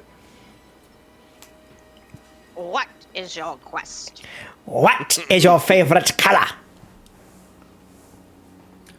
Blue. Blue. No, yeah! You know, they shot that by having them like squat down and then just stand up when they were supposed to fly away. That's funny. Nice. That the part where I think it's John Cleese's character. He Tim. well, yeah, but he when he was answering the questions and he forgot or whatever, that was apparently unscripted. Oh, Yeah, he answered with his actual favorite. favorite color and so that was pretty great. That's funny. Improvisation works. I read that the other day. I don't know if it's true or not, but yeah, it was great. Yeah, I mean they're a comedy theater troupe. So much of their stuff was improvised or come up with while they were doing the scene. No. I want you to stay here and make sure E doesn't leave. It's not my nose, sure it's that the he false stays here. one. What? Anyways, so we should prepare some questions. If we can keep it to 5, that would be nice. The more economical option. And again, these questions could cover anything. Anything you may be curious about at all. Are we about to have like that same scene from Dungeons and Dragons, the movie, where Chris Pines asked the dead guy? undead the 3 questions and So, then screws it all up? technically, yes. So you either get your questions right in a row, or it'll end up like that. If you pay for the limited option. So I just imagine we ask him a question and he just takes out a magic 8-ball and then shakes it and then looks at it and then just tells us what he got. Caldes is going to say, maybe we should do the unlimited questions. I would like to ask him some questions about mine and Cleese's parents. Well, he doesn't have unlimited knowledge. It's just going to be we have unlimited He questions. might. He might. Because that is not the way my parents operate, and I would like to figure out what's going on. So what you're saying is the apple fell pretty far from the tree? The tree was on a hill and you rolled? Caldes is going to ignore that, and he's going to... Sounds like wait. That sounds like Fallout. It sounds like Fallout. Caldes will forget that. Caldes Yeah, will this will act not like forget that. Yeah.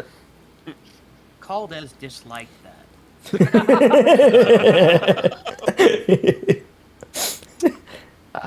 Good.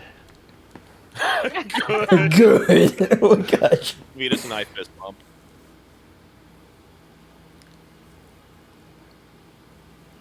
Oh, man. All right, well, how are we going to decide what questions that we want to ask? By lottery. I Everyone puts their mean, questions in a Well, hat. what's I the don't first think- most important thing we need to know, right? We should prioritize them. How can we get evidence against that one lady? Or how do we tie the evidence that we already have together to her?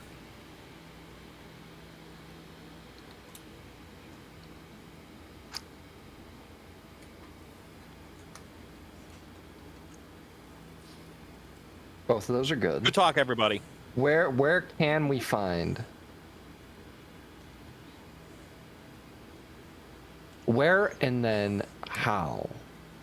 So if we are given the information of where we could find such evidence, which I suspect will probably be in the homes or operating places of people involved. Or we need to be prepared to answer the question of how we could get it.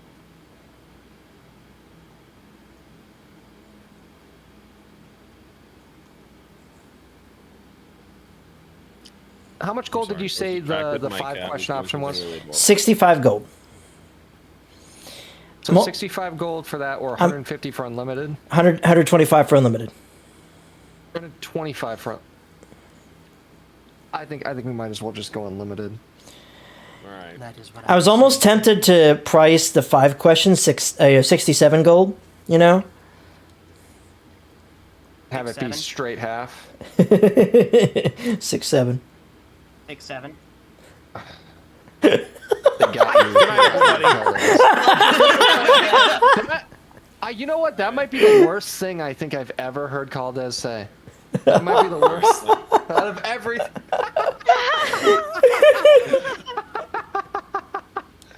Oh my goodness. Oh no.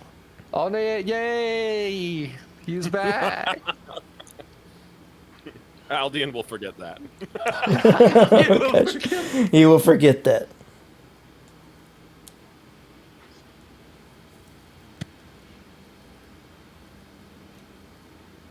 Alright, I'll be right back. Bio break.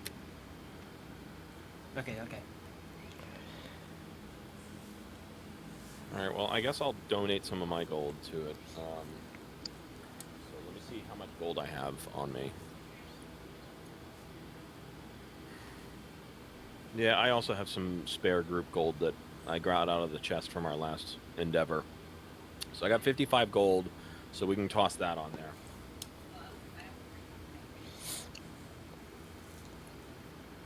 It's 150 gold?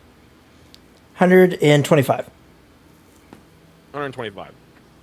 So then 75 gold, because I've got 55.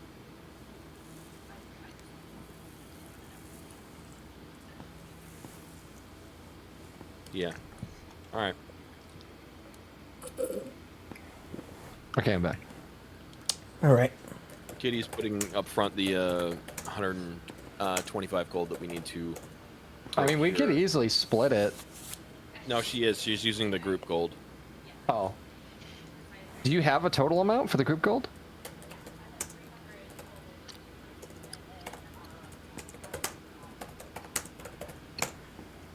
I was about to say, because I believe we have 500 each of us that took the reward on top of everything else.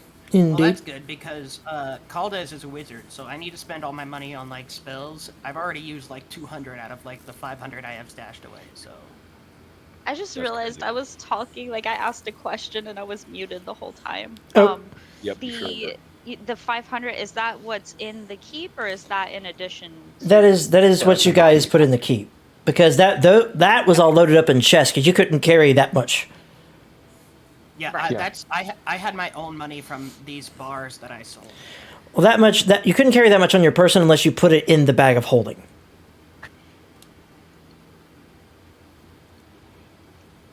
No, but I didn't sell it all at once. It was little bits at a time that we did. Remember? Mhm. Like I didn't have the other gold with me when I sold it. I had some gold here. Like right now, I only have 300 gold left that's at the keep, but that I keep at the keep. Yep. But I never counted anything that was mixed in with stuff. So if there's money that I have that I don't know about, No. I never counted anything at the keep. So I don't think there's any money you have that that you don't know about, because we kept our we put what we earned from the Red Jaw stuff in the keep, and then so whatever you earned after that was just whatever you have. Immediately, that's probably I why. just This we had is, an odd amount, so I kept like the 300 that was pooled together. this is what you hear after some muttering from the other side. You happen to hear the High Marshal raise his voice. All right, we've got a little bit of a plan of our own, as it says you got your own. Let me tell you something. Number one, we're going to let it trickle out that court is back in session for Astarion's trial. We thought about it and thought if these people are truly tied to Shar, they're going to try to remove any sort of hope in this city. And Astarion, as interesting of a character as he is, has been standing for a symbol of hope in this city. See something change for the better. And if they're going after him and taking him out, they're going to come for me next. And then they're going to take out the Archduke. We can't allow that to happen. We can't allow them to even have any sort of visual victory. So, we're going to continue the court case. But we're going to use it as a cage. if it is true that Lystra is hiding something,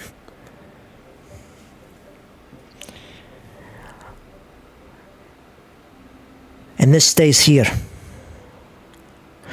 she is the second key witness in the trial against Astarion. She was there the night that Callum died and Isla was taken. So if we're able to host the trial and you get this information, we'll cage her like a rat. I'll use that opportunity to take the head off of this beast that's been lurking in the shadows. In the meantime, you guys do what you're going to do. My incinerators will make sure that Phineas is well protected there at the keep. We'll contact you when we contact you. As you see the... Make sure that he doesn't harm any of the people that you're sending. So he says it shouldn't be too much of a worry. I mean, after all, the Crimson Keep is still technically property of the city of Baldur's Gate. You guys are just borrowing it. We paid our taxes. What? Yeah, we bought it outright. Is that what Sazi told you? I knew it. I knew he had back taxes. There's no way you'd give us it without So- it being... It was a money pit, wasn't it? Technically, Sazi When is the did... next voting session? I want to vote out anybody who says that personal property tax is a thing. Well, no, he says, listen, you're basically paying rent for the place. You're renting it from the city in order to be your guild home. It's not 100% yours, but it is. You guys are able to... Well, it sounds to me like you can solve all the city's problems on your own. You don't need us. Yeah, good luck with that. No. We need you lot. No, guys. Because I don't know what Yahira Would just you told say you. That we could... Is it possible we could buy this place off the city's hands? What if we had, let's say, 50,000 gold?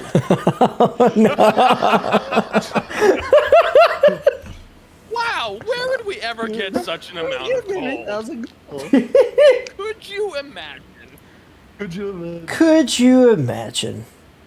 Possibility. Could you imagine that? You should have lowballed him. Say 25 first. No, highball it. I'm worth more than 50K. I don't know about that one. Do you know how much money 50K is? That depends. How much are you worth? Huh? What's your net worth? Huh? Huh, tough guy? Probably like 300 total. That's crazy. It's definitely not five with 4 zeros after it. No, it's not. He just means it's just 300, like 300. That's it. Yeah. I was muted, but I was saying you're worth it to me. It's then that the High Marshal then says, I don't know what Yahira told you, but you take care of your business in the city. Get ready for anything, because anything could happen. Well, you know what? I think that based on everything we've already done, we should be qualified for taxes and purposes. So I don't think we owe any taxes. Let's just get ready for this gala. Okay, I'll think Scarf Thoughts. Big scarf thought. Immediately, You're no friend. immediately you hear the High Commander say, Sergeant, if you could hear the sound of my voice, you could come back inside now. Pick up your stone. You hear the door open. Excuse me. It's all right. Coming through. Excuse me. Thank you. So he reaches onto the table and picks it up. Says, we'll keep in touch. Understood, Commander. As he then clicks it back into his armor. I'm just annoyed that like the deposition that we got from Draven isn't admissible. I mean, because it's basically like him coming out and confessing in front of the incinerators, right? Because we carry that rank now. Oh yeah, we are I feel like incinerators, that ain't we? should yeah, I feel like that should have counted, but whatever. Yeah, no, it's not like policing here. In the I mean, US. it is the personal notes of a guy who's wanted by everybody that also makes claims he's not associated with any of these individuals. I think the better piece of evidence was the fact that we had somebody confess the crimes in front of us and then die. Yeah. And I With feel multiple like, witnesses. yeah, well, that's what I was gonna say. And we're not just any witnesses. Like, we've been given a rank, so I feel like that should carry more weight than it would if it were just random people. Down with the witness. Get down Wow. with the witness. Wow. You never know. No, that's what he was saying. I'm going to resume my post. Good day. Do you have any scarf preferences? Wait, you're asking him? Yeah. He's all fancified. Look at his little. Yeah, little I'm hoodie sure thing. he's a bastion of high fashion within the incinerator core. Listen, The- you never know. He There's opens always one. the door and he says, "That wouldn't be me. That would be, oh goodness, what was their name? It was somebody that slew 5 flayers when the city was attacked. Oh, let's go. So it's a Flayer's Lair. Yeah, it's Master Corporal. Ooh, okay. That's what some Master people. Corporal That's Slayer. what some people refer to him as. Though he says his favorite color is green. Ooh, okay. Noted. Well, if you like fashion and you like to actually stick out with the eyes of that dragonborn there, his eyes are green, therefore for men to stick out you would need to be black. I was thinking black or maybe a crisp white, but we'll see. What are you planning on wearing, dearest?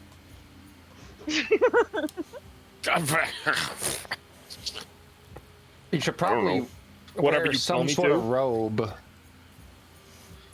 Yeah, let's make you look not like a fighter.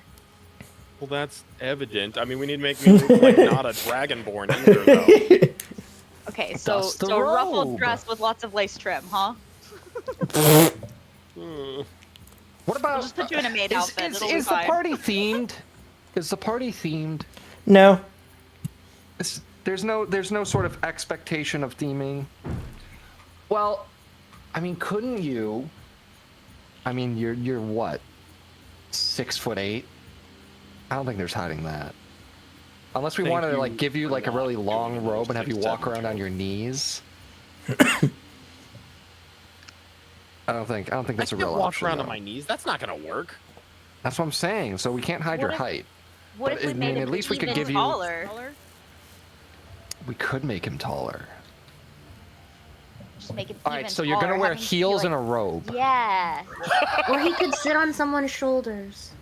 I don't think he's Vetus. sitting on anyone here's Vetus. shoulders. No, we're doing Crush this. me. Vetus, we're doing this. I'm gonna sit on your shoulders. Aldian, we won't make it through the door. That's like a combined height of 12 and a half feet. Somebody yells duck, a waiter walks No, by. you- Here you go. You sit on the shoulders of the little fairy one. Caldas?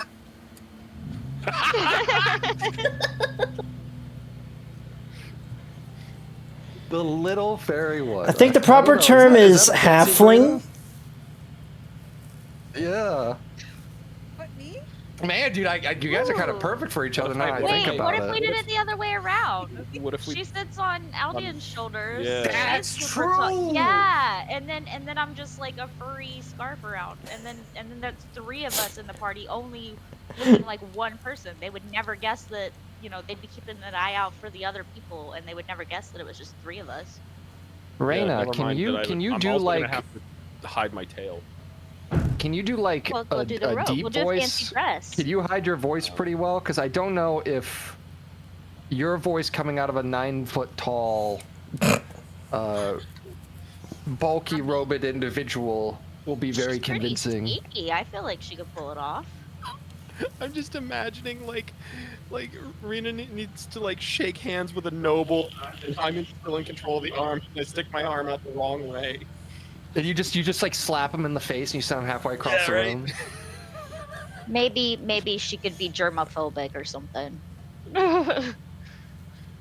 Or maybe my voice could just come out of my chest when I'll just say that. Oh, well, I could talk. Are you gonna sound like a Right? 9-foot tall giant? Well, I mean, I'll They're, like, sound like a 3 feet girl tall, with so- probably a deeper voice, so I could do that. I can be a scarf and talk.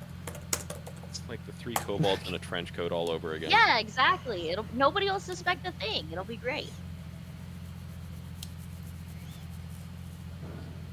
Hello, it's a pleasure to Awesome. meet you. There we go. See, that sounds like a 9-foot tall lady. That sounds like a 9-foot tall lady. Well, what does a 9-foot tall lady sound like? You I tell don't me. know. Never met a 9-foot tall lady. It's the best we can do. You're gonna have to like try to match your lip movements with mine, Reina. It'll be fine. We got this. Alright, we can do this. I don't know like if that's the plan. play. I'm gonna be honest, guys. I don't know if 3 people in a trench that'll be coat fine. is No, the this play will be- here. this will be great. Well, 2 people and a very intelligent scarf. And also the scarf is like almost not around the waist, but like below the shoulders, because you're wrapped around the outside of Aldian. No, I would be if Reina's on the top with the cloak, and we'll put like a dress and stuff. We'll do like an 1800s style bustle at the end to hide Aldian's tail. Like I've got it all mapped out. It'll be fine. And then Are we gonna just have a drape corset? over her. No, because I Of course, think it's just it'll- around my face. it'll naturally It's around your slim near her neck. feet Hi- to real shoulders. snug. Real snug around my neck. I'm They'll sorry, get I'm just a that little, slimming wear. just a little bit hoarse right now. Yeah, It's weird, I thought he was a dragon. I'll sound exactly like that scene from Hercules whenever Pain and Panic are getting strangled. Be like, very popular. Well, if we pretend to have a cold, that would get us out of shaking hands, and it would explain the voice, so that'd be fine. Fair enough. Maybe we should decide all this later and go see Xanathar first. When else would we decide it? Some of us can walk and talk. Why Countess. can't we walk and talk? Yeah. Yeah.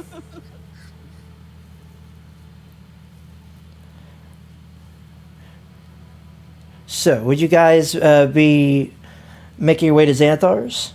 Or rather, you don't even know where Xanathar's is. Jahira relayed that to Rena. We need to go back to his dad. I was about to say, Reyna can lead the way. Totally lead the way. We should practice. Jump on. Just gonna climb up on my back. I Do- mean, I have second story work. So, Could be like Fill a out the whole roof. I can handle Aldian. could be like a Gundam. no, be like a Gundam. No, you mean be like a Megazord? Or yeah. Be like, Voltron? if only you were a ranger, I could make the comment on Power Rangers with a Megazord. That's really funny. That's really funny. Form of a dragon. Roar. Form of, is this not the Wonder Twins? I don't know. And I gotta focus on being a green cat, too. Like Shape of a green bucket of talking water. cat. Yep. Why am I always a bucket of water? Dude, me and my brother have that bit. Like the sister would be like, shape of a T-Rex, and he would be like, shape of a bucket of water, and they would solve the problem somehow. Yep. I just don't understand why I always have to be the bucket of water. He can be any form of water. That's it. She can be be sad. I know all that. animals. I appreciate it. So, So are we gonna make our way towards Xanathar's then? Sure. Is the Xanathar's close? Anytime? It is 5 in the morning. true, but Also a it's shady bar full of criminals. I doubt it closes. 5 a.m. is like peak crime time. yeah. Prime time. Sharing Real information. criminal hours. Sharing information has no closing hours.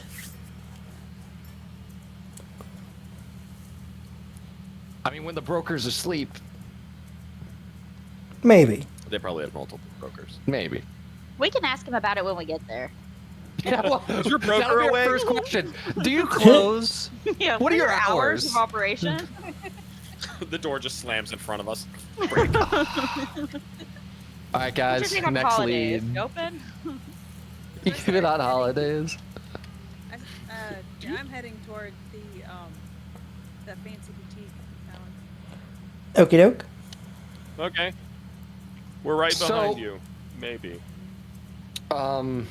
When everyone's getting ready to leave, I will actually quickly, I will just send you a DM on this, Okay. Crimson. I'm gonna quickly have words with the incinerator that is stationed here.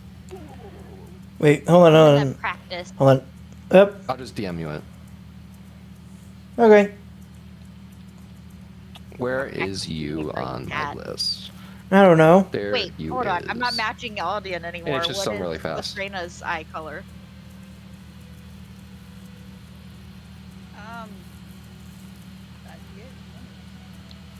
Is it Reina or Rena? I'm sorry. Reyna, Rena. Okay, cool. I said it right. Whew. Hazel. Hazel. Ooh, okay. We have so much more palette options now. How about brown? I feel like a brown cat would stick out less than a green cat. Well, I'm only gonna be a cat for some of the time. I'm just gonna practice. So I'll just turn into a brown cat and start walking around with you guys. A brown cat? Yeah. She has Oh, hazel no, brown eyes, cat. so we can dress her and Aldian in like a forest green kind of dress, and then we'll have the brown fur for accent. It'll be great, and the bustle will hide the tail. Yeah. So how now, brown cat? That's what I Right? said. I was thinking that. That was so fun. Do we all just share a brain cell there? I guess so. Nice. See, this will work perfectly. We're already working in tandem. So I guess that's a wild shape now? To practice? I don't know. You guys not want me to. I Yeah. mean, I think that you should probably save it for when you need it. Alright, fine. I have another one. I'll just think brown cat thoughts. Brown cat. So, Reyna would take charge of the direction of the group as you would go back into town, making your way through somewhat still sleepy streets. So you see some people early on beginning to set up stalls and whatnot. Some people setting up tables and smaller markets as they begin to set up for the day. As you head back into town, happen to go through Eastway here, through Heapside, going back through the steeps here. You could, as you guys enter to the city, you do happen to see a pillar of smoke ascending from where Warehouse 32 was on the pier.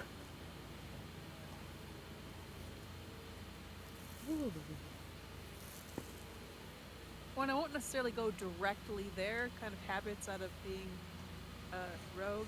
Okay. I'll just sometimes go a block out the way for no reason. Okay. So you guys would go through an alleyway every now and again. It's just like, what in the world? Just taking like a left here, a right there. Eventually you go through the Gond Gate. I'd turn over to Aldian at some point and go, I think she's lost. For sure. As you make your way through the Temple District in the Upper City, as you make your way around here, close to the Manor Gate, and then you make a sharp right. You go past the main house, the Rillin house.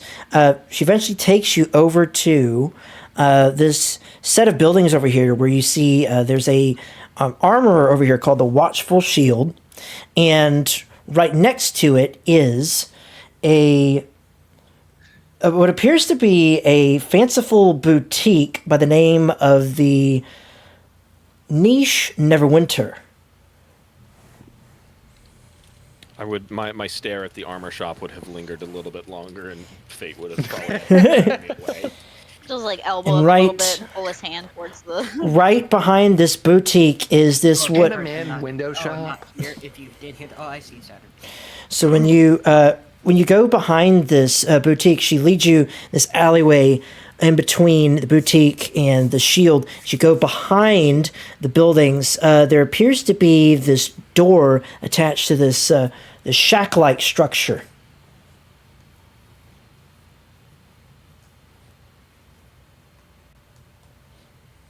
Is this it? Yep, this is it. Okay. Yeah, it the other one looked like this too, didn't it, Aldian? Yeah, it did. As you guys are entering into here, music seems to change a little What day bit. is it? It's a different day of the week.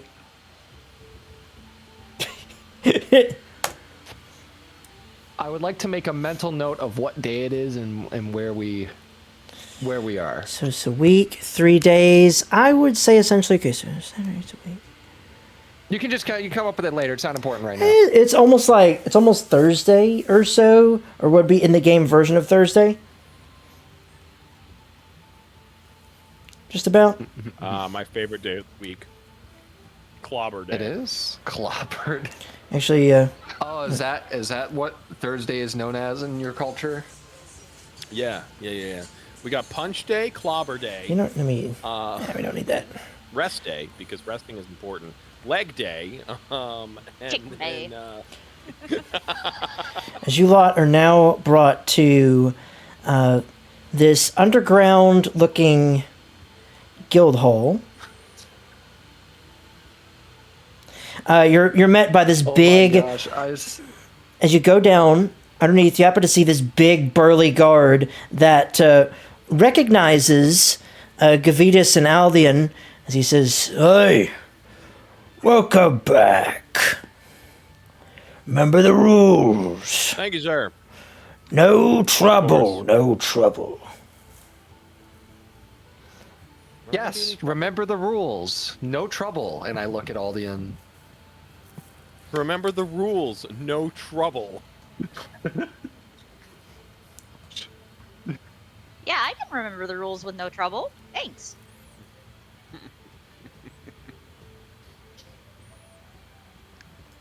Rule number 1, We have others no here trouble. who don't know the rules, so perhaps Rule you number should explain 2, the rules. no outside food or drink.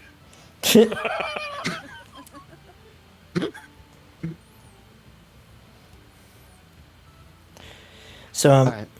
as you guys walk in, it's a fairly quiet atmosphere. You hear some people talking back and forth, and they happen to look. Heads tend to swivel, like from this table, back at you guys as you enter into the tavern.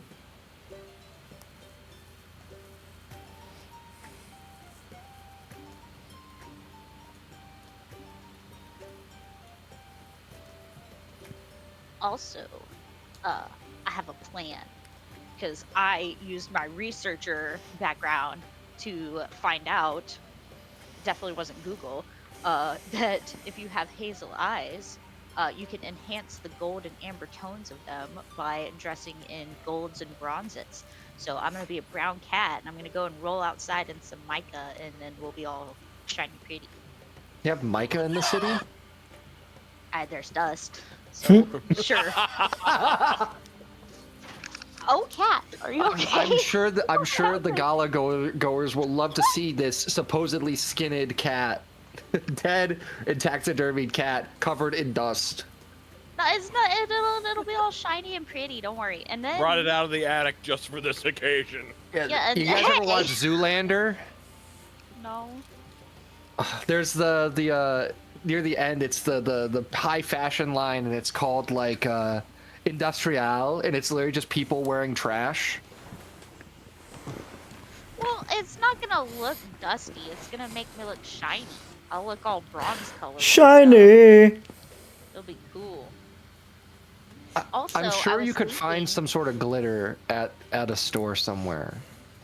All right, fine. We'll do glitter. Just roll around in the dirt like a cat. Everybody's so concerned about money for the unlimited. I didn't know what our budget was. Whatever. Anyway. I mean, I'm sure glitter is not gonna break our bank. I don't know. It might As be you- super expensive and difficult Man, to I'm make gonna have here. glitter on As me you forever. guys walk in, of course, some people will turn their heads and whatnot, and of course, this guard kind of seeing this large group of people with weapons and whatnot. And of course, he keeps his hand close to his side as he watches you lot come in. As you see a Dwergar woman wiping down the countertop in front of her. She looks over at you and says, "Oh, well, I recognize at least two of you. Young lady, please don't step so close to the back of the counter." Callista, that's the end of the counter. Guys, We've not ever been here. Like, You like, just go over there or briefed us on something. the protocol. Listen, Fine where you please, are. please. If you want to occupy other parts of the bar, you can. There are more parts available. Just don't crowd the nice gentleman right here as he enjoys his beverage. Callista. Yeah, get off him. Sorry, he doesn't get out much. I've been told sometimes he doesn't understand social situations. Oh my gosh. What was this lady's name again? I can't remember off the top of my head. Human me can't remember her name. Wait, Oh. there's a human all here? Oh, this probably hasn't updated for you guys. Her name is Tizra. I was close. I said Bluebell. Oh, Tizra. where do you see her name in Roll20? Oh, you might have to reload. Okay. Do you have the names Teaser. turned on like Teaser. under people? Yeah, but I forgot to turn hers on. I did name under my own. Yeah, mine's. I can. only Yeah, see I'm mine. pretty sure you There's a only cat see in the the names corner. of people who are who you control. Oh, I think that's a tabaxi. yeah, enough. that's a tabaxi. Oh. So yeah, Fate, as you walk over here Tabaxi. to this tabac. Wait, what? Oh no.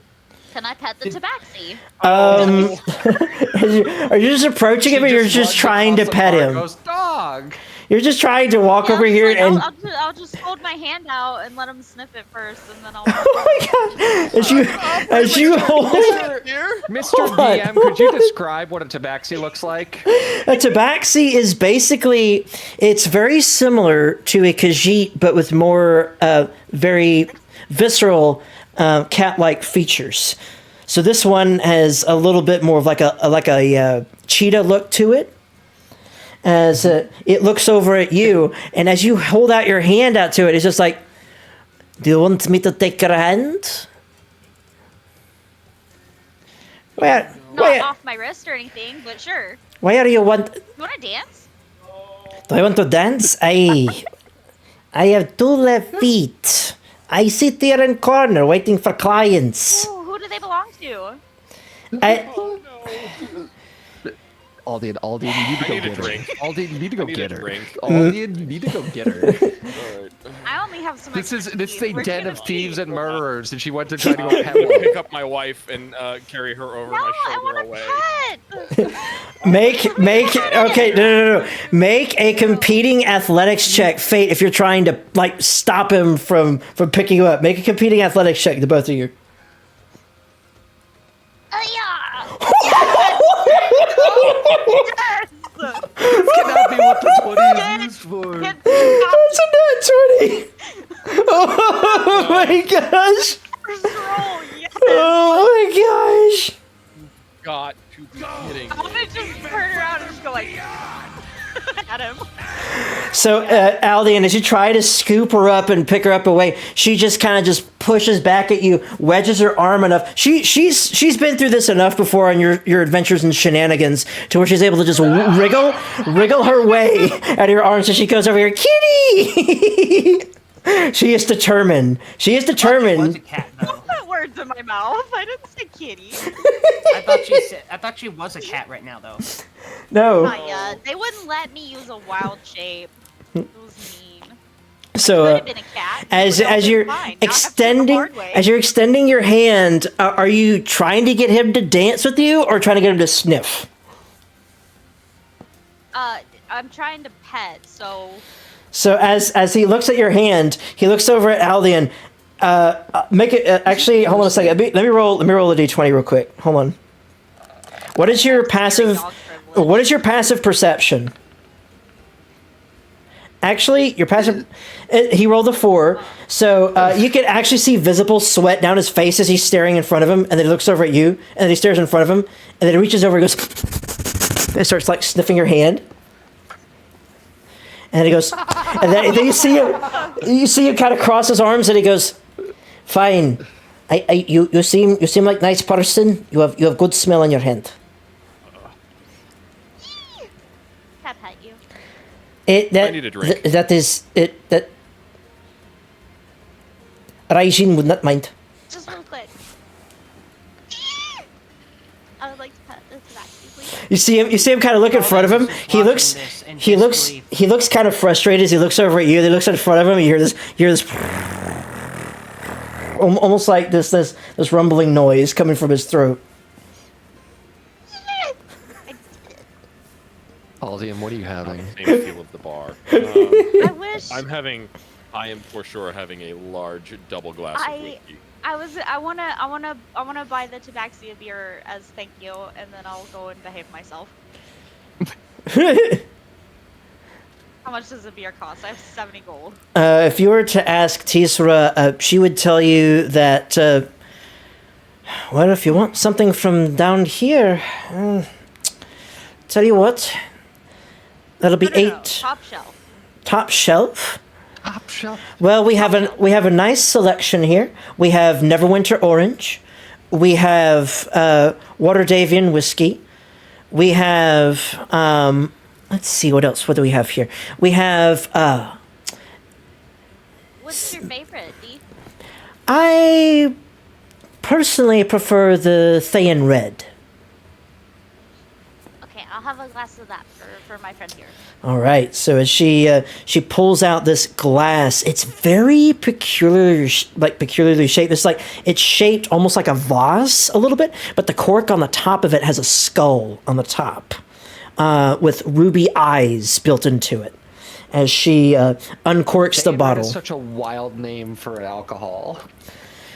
as she Calder's going to, pours kinda, it stare at. into the she.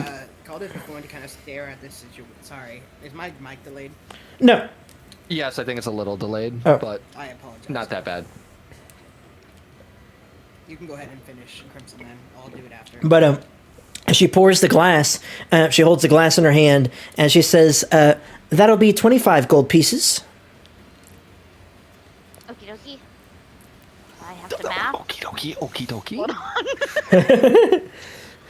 So Calder's is going to lean over to Callista and he's just going to say, "Should have just bought him milk." as That's a racist. myth, You don't know Caldes. anything about entertaining. Well, I mean, he Also, whispered that to Callista, cats so- are lactose intolerant. Yeah. You want my new friend D over here to get a tummy ache? Raijin, No, Listen, liver it's fine. disease Here you sounds much go. nicer. Raijin, Enjoy your. even as he's sitting he over was- here I purring. thought you said Daijin. I called him D. Okay, No, he's I'm Raijin. Sorry. Okay, R then. My bad. I misheard you. His name's Raijin.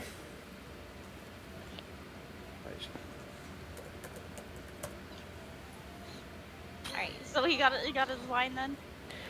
Yes, if you were to walk over to the bar to give her the gold that you had on your person, of course she would scoop that gold into a pot behind the counter, pass you the glass. It's a nice sized glass. It's not like a regular size wine glass. It's slightly taller, with a little bit of gold trim around the top.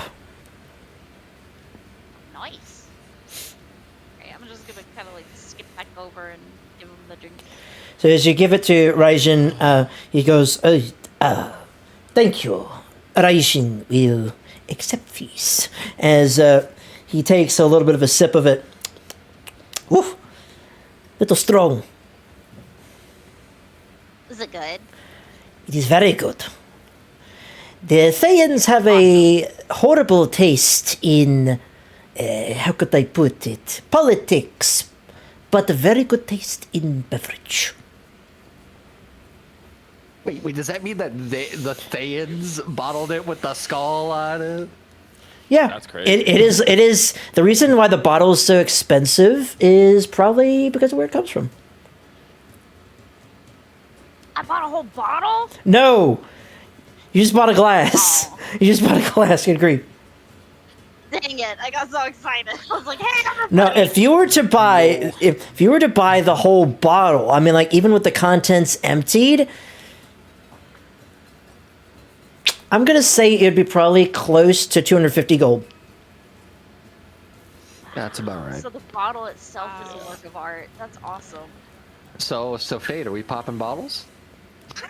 I only have 45 gold left.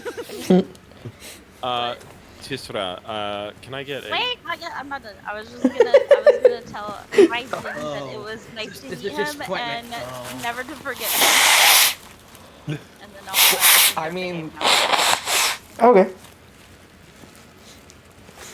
I've had it with Kitty. That was my whole goal. Y'all can continue now. I need a very long of whiskey, please.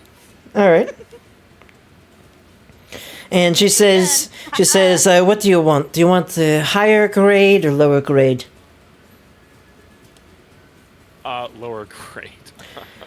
All right. She reaches under the counter and she pulls out she pulls out a bottle and she pulls out a brown looking bottle, slams it on the counter. She says, Nashkel's finest, as she uncorks it. The strong odor of cinnamon fills your nostrils. And she pours it into the glass. She actually tilts it to the side, does a little bit differently than she does with the Thayan Red. Tilts it to the side. She has a little bit of experience to try and keep the flavor, the smell, into the scent, into the glass in and of itself, and passes it on to you. Before she passes it on to you, says, "Want anything to chill with?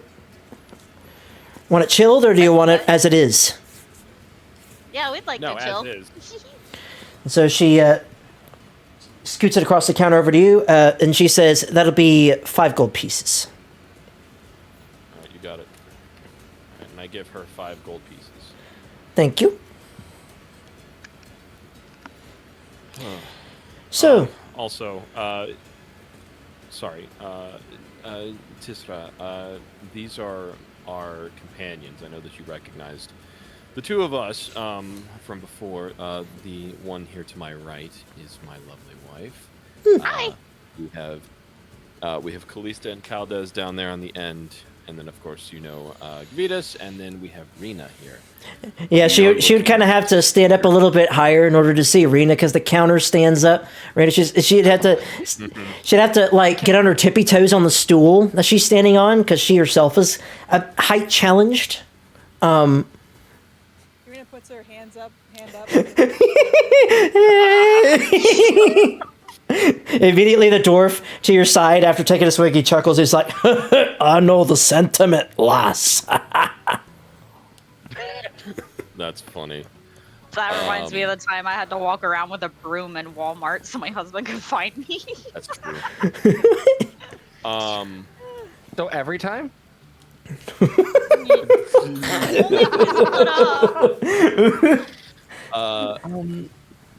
Tisra, we're looking to speak to the information broker. Oh, you wish to speak with Xanathar, do you? Yes. All right. Karzig! Yes, ma'am. You see this guard walk over. Let them into the chamber. They want to commune with Xanathar. Aye, they do. Tell me, you know that the price is 65 gold for 5 questions, 125 for unlimited questions. Yes. I'm gonna turn to Fate and ask her to provide the coin. We are paying for the unlimited questions. All right, so I already first announced it. Here you go. and foremost, you'll need to establish who's going to be asking questions because that's the only person that is going to be able to ask those questions. Then as Caldez, I think hears Cal this, does want he's- to. Yeah, Caldez is going to walk over here and he's going to say, "I don't really care who asks the questions as long as somebody asks about mine and Callista's parents and about the uprising that's going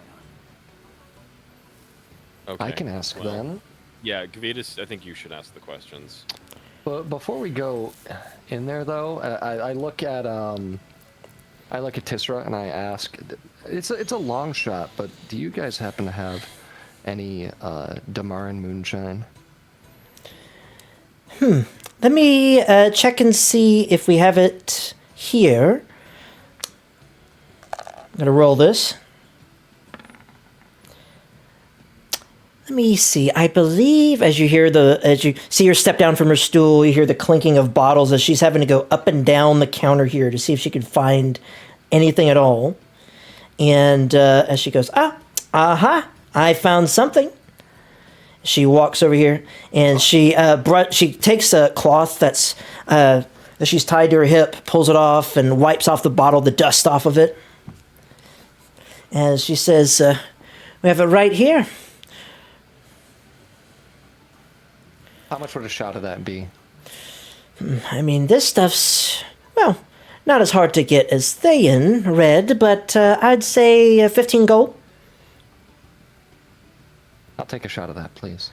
All right. She says as she pulls out 3 different glasses and she says, "What size? Small, medium, or large?" All for the same price? That's crazy. How big is the large? The large is about it's about a quarter of the size of the glass that Albion has. This medium is just smaller than that, and the smallest one is just smaller than that. So it's kind of like a Scotch glass, then? It's close. No, his is the size of one. Oh, so it's okay. I'll take the large then. Okay. She says as she pours it into the glass and pushes it towards you. So Vitas is going to pick up the glass, kind of look at it, swirl it for a second. Okay. He's going to smell it as it reminds him of home. Okay. And then he is going to down the shot. So if you're downing the whole thing, I'll need you to make a Constitution saving throw. I will make a Constitution saving throw. I can't wait for you to fail this and then ask questions. No, it's gonna be so nice, dude. Tell you what, so I will low rolls gang, I suppose. I will say so. I don't know what you mean. With this coming from your homeland, let me ask you this, because that'll decide what kind of role this is going to be. Were you a partaker of this back at home? Or not? Yes, that is specifically why the Gavitas asked for it. This is the moonshine of Damara is one of the local. It's essentially like what Guinness is to Ireland. Okay. Like one of those things. Yeah. It's a cultural staple. So coming from a poor background and whatnot, wouldn't have access to too much good running water. So maybe it was kind of like medieval Europe in a sense. An alcoholic? No, not alcoholic. It was just like stuff out of a necessity like medieval Europe. Drinking water wasn't very clean, so you'd have a lot of people drinking like ale and beer and whatnot in order to try and make it through, because there's a process it went through that purified it. So I would say with some familiarity with the beverage in and of itself, the 18 would pass instead of a 4. Let's go. Nice. I'm also gonna DM sympathy. Let's go. a drink up in the room. So wait, you're chugging this? I'll need the last half of that came through. What? I'm gonna down my glass as well. All right, make a Constitution saving throw. Did you get a double tall? Yeah, I sure did. Make a Constitution saving throw. It's not even like dwarven fire whiskey, huh? You got it. Well, That is with an 8. It's an 8. It's not that nat 1. It's the 8. Yeah, so with an 8, you do feel a little bit a buzz from this. Nice. Not the Now, what does everyone else see all DNS? Is Aldian bubbling around and thinks he has a buzz? So it's not so low to the point where he'd be just like sound like Joe Biden, but he would. Okay. Okay. Logically speaking, because of my military background and the fact that that I am a big guy. You're an experienced drinker, is that what you're saying? Experienced drinker. I would not be a bumbling fool. So yeah, you wouldn't be a bumbling fool. You do feel a little bit aloof, but not to the point where you're just like. Yeah. Sure. Just sniff the glass.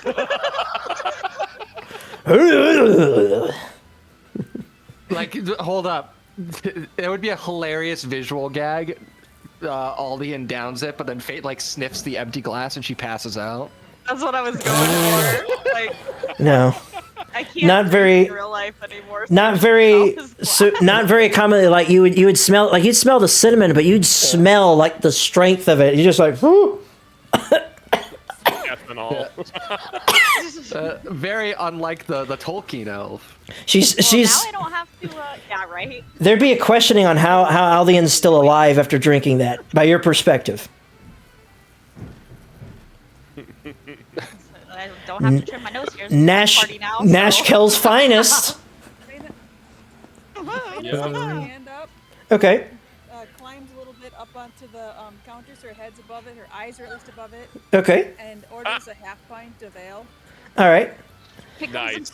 She says, "Do you want some of the best quality or least quality?" Somewhere in the middle, surprise me. Okay. As she is actually going to take out a... she actually pulls a dice out of her pocket. Oh, What kind of die?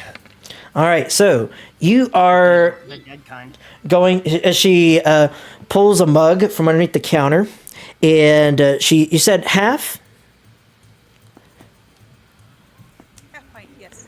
Half pint. Okay, she fills it up, and she sets it on the counter. She says, "That'll be 6 gold pieces, please."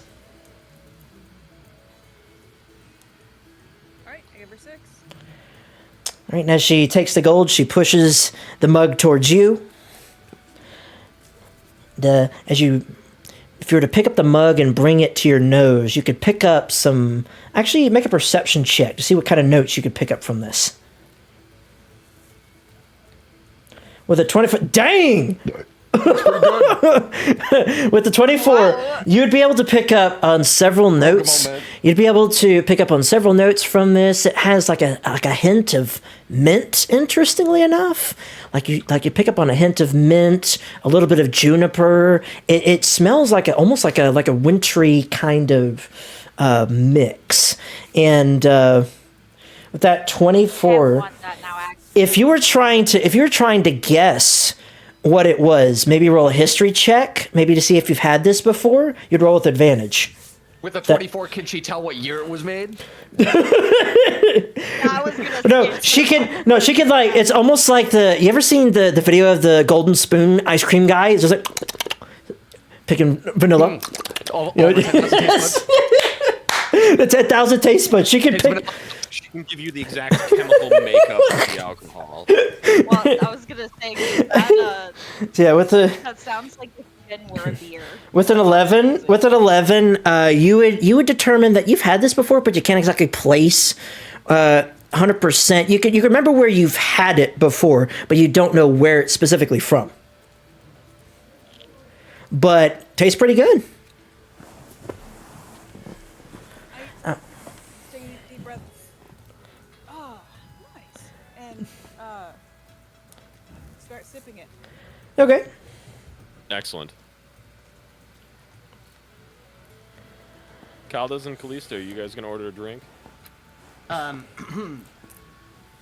Caldez is not going to actually order a drink. He's more thinking he's got stuff on his mind at the moment.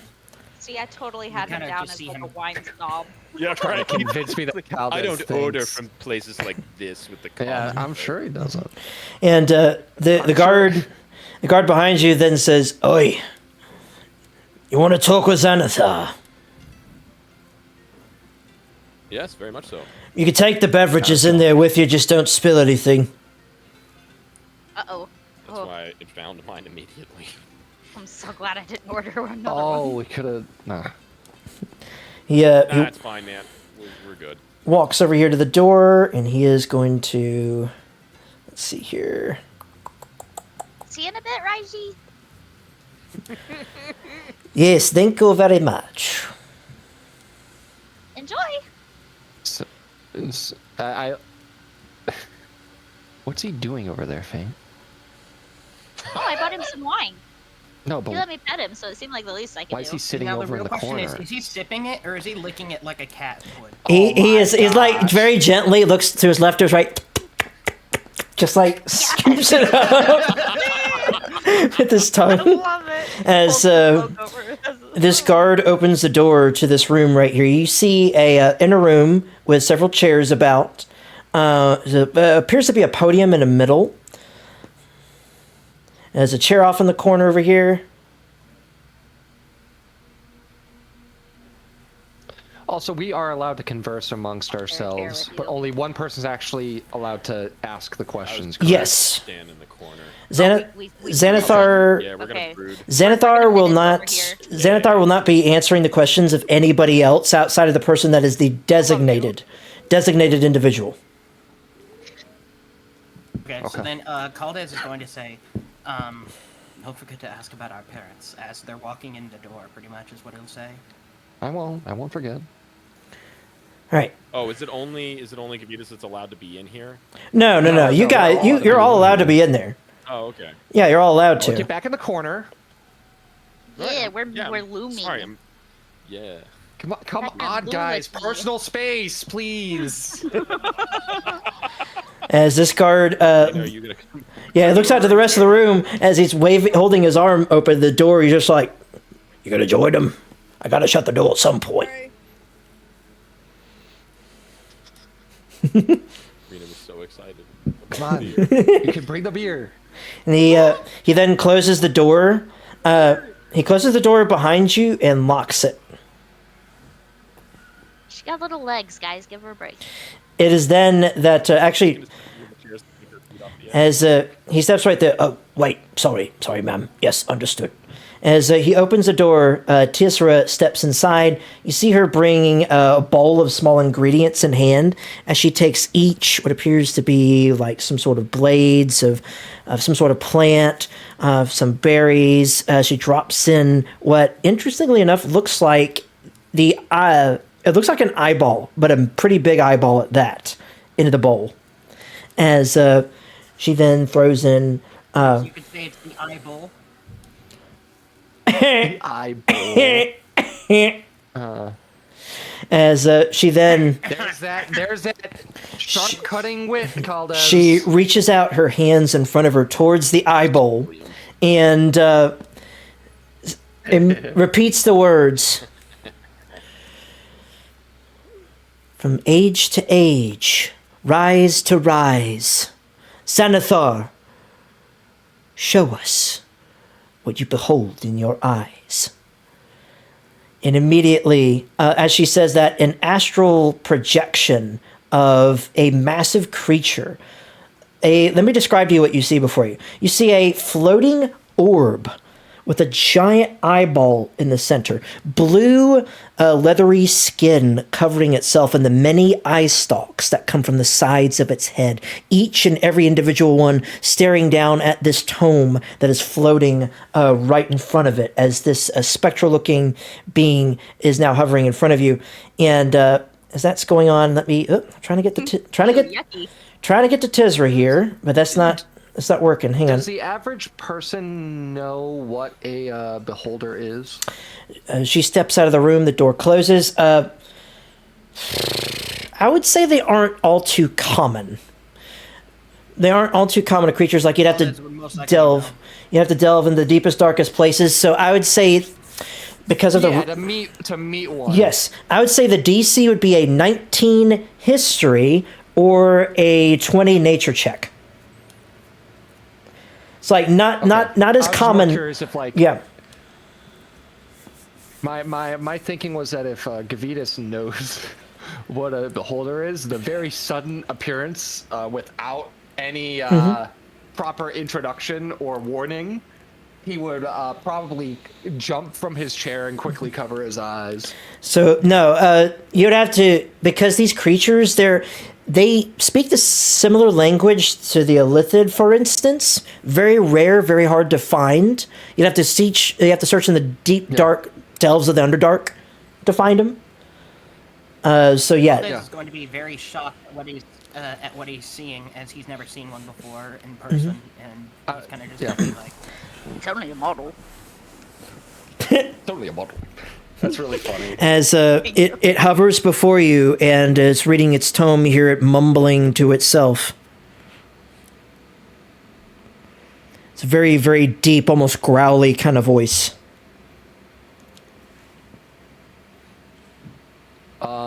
So does he appear to not even be aware of my presence, or is it more that not at the moment is first reading that? Yeah, he doesn't notice your presence at first. So I'm that's how small your Vetus presence is. Oh yeah. Well, he's probably not gonna know that you're here. Okay. I bet you could talk to him and he wouldn't even acknowledge you. So Gvitas is gonna look between everyone else in the room, like with a nervous look. Okay. I'm just gonna like shove 2 thumbs up and just smile real big, like, yeah, you got this, buddy. As you do that, he kind of like loosens his collar almost a little bit. I mean, you guys, listen. You guys could try and roll. You guys could try and roll a nature or history check to see if you've ever heard of one before. Potentially. So I have to actually do that? 'Cause Yes. I thought Caldes probably would have known from doing Candlekeep. Kalista would know a little bit more because she's been studying, but I was gonna say my background is researcher. Would I know? researcher, it just means that you know where to look up the material, not exactly like to know all this All right, I'll just roll history. for him. History. It's a 10, it's a 3. So history or nature. It'd be a 19 history, 20 nature. I mean, I'm equal on both. Ain't no one got rolls today. Well, because like I have researcher, but my background is sage. See what you got, Fate. Beholders aren't like naturally here though. They're like from another plane. Oh, does that matter? Is sage Yes. like natural things? It's more common to your plane of What I'm existence. saying is like as a druid, you like you would have like more knowledge of things of your realm. This is essentially you're like a druid, and this is a literal alien. Okay, I was just because my idea when I picked this was like I researched animals and like creatures and things. This ain't an animal.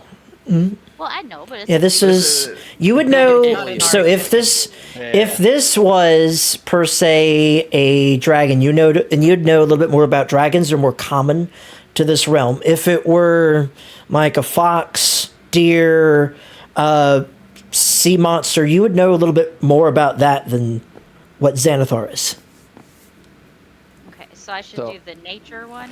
Nature, yes. What was the other one? Nature or history? Better for you, which is probably nature. What was the other one? History. Nature or history. Yep. Or history. Okay, they're the same. They're the same for you. Sorry. Yeah. Oh. So with a 17, nobody comes close. This creature is foreign to everybody. So Gvitas, after looking at everyone, takes a sigh, a deep sigh, and he like clears his throat. Just, excuse me.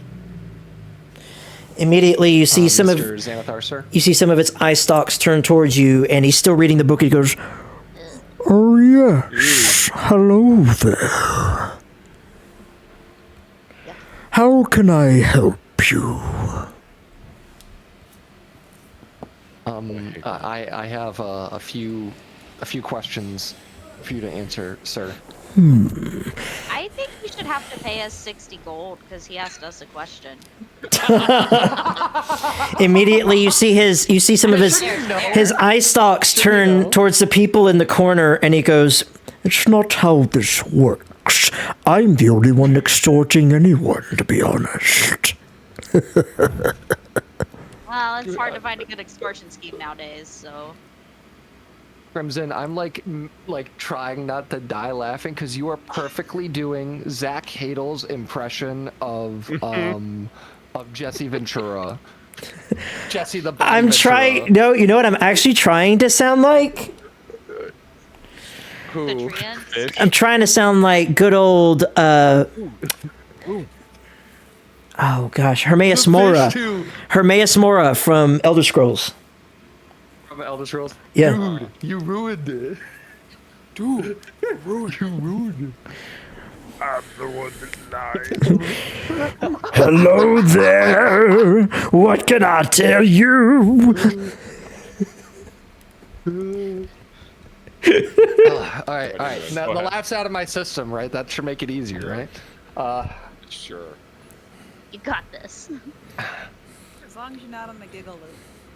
Yeah, as long as I'm not in the giggle vortex. So, I told him I was here to ask questions, correct? Yep. All right. So, I guess for my first question, How are you? I look over at Caldez and Callista and I just go, what? I like put like my hand over the side of like my mouth, like almost like hiding my lips. What are your parents' names? Mom and Dad. I don't think I can say why is Caldez's parents racist. I don't know if that suffices. So, Gavitas, if you're trying to be, Is going to- if you're trying to be stealthy about this, I need you to give me a stealth check. You need to beat a 12. I'm not trying to be like stealthy. Oh. It's more of like a comedic bit. Oh. You didn't tell me their names. Yeah. I mean, Caldes is going to say, ask. yeah, Caldes is just going to say the names of his parents. I don't believe I'm like as a player. I don't believe I know them. Didn't come up with any. So what, Crimson? What is his parents' name? Maybe Xanathar might know. Maybe you should ask.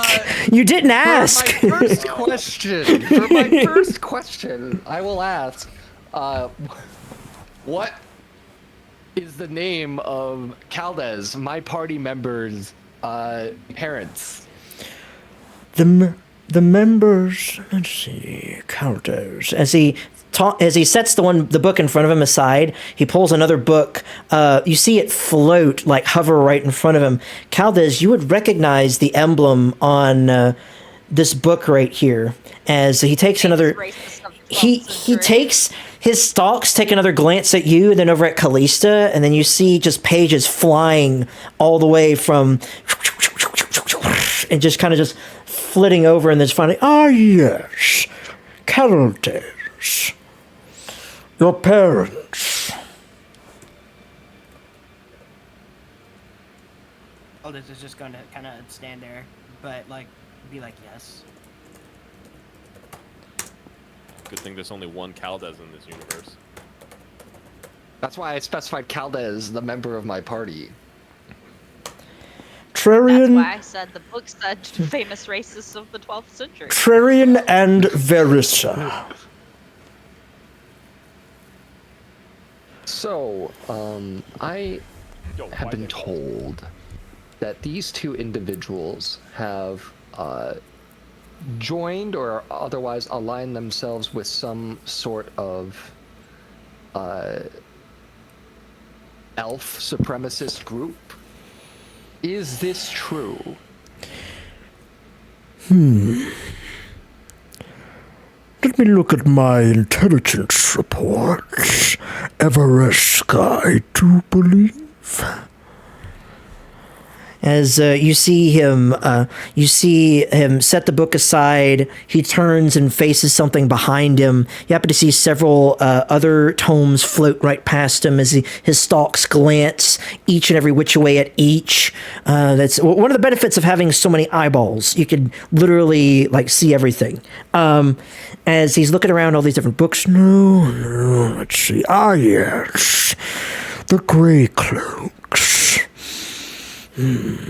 My source within the Grey Cloaks has mentioned, yes, your parents are indeed leaders within a movement to try and restore elven supremacy on the continent. They have brought, oh, but it is true, your parents were seen guiding people at first in Everesca, then bringing them back to an interesting and ancient keep in the Grey Cloak Mountains. Ask him where he gets his contacts. Ask him where this keep is.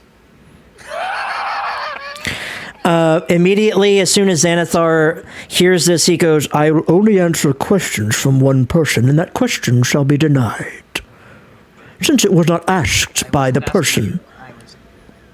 I was asking Gavitas to ask you. Can you please not talk back with the giant alien in the middle of the room? Yeah, only I got permission to talk back earlier. I don't think any of us have permission to talk back to you. So, Xanathar, thank you for answering that question. I would like to ask a follow-up question, and that would be, why did this movement start? The Grey Cloak, with the Grey Cloaks. First and foremost, the Grey Cloaks did not start this movement. As it appears to be, it was a grassroots movement. After the events in Baldur's Gate in Elturel, there had been much discussion across the Sword Coast, especially with the warlords wreaking havoc on the Lord's Alliance. So now, this discussion that's been brewing underneath the waters of the city, after the Spellscar, after everything that happened, it has led many individuals to believe that the elves should restore control over the continent, believing that they have a better understanding of the arcane.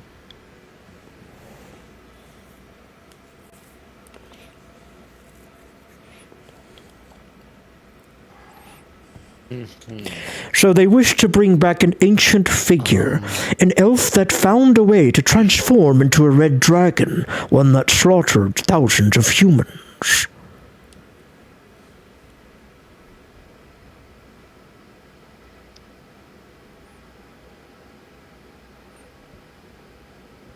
Kate, what was the name of that?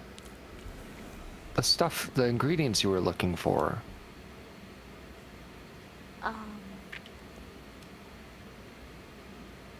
What was the name of this person? This elf that turned into a red dragon? her name would be, hold on a second. Let me make sure I'm spelling this right. I don't have my notes, so I don't remember. Yeah, that was like session 3 or something. He would then state to you, Nalavara, if you're so curious. Write that down. Well, yeah. Can you spell How do you? it? Could you put like the spelling of it in chat, please? hang on. Thank you. And then while you're doing that, I'll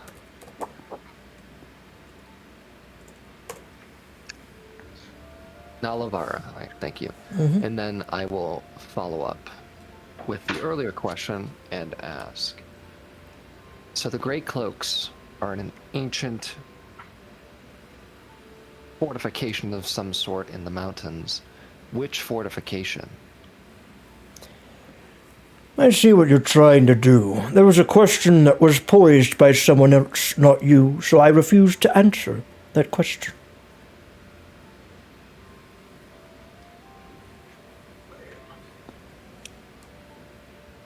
Well, I wanted to that's know in what his his favorite big book was, mouth. but now I don't care.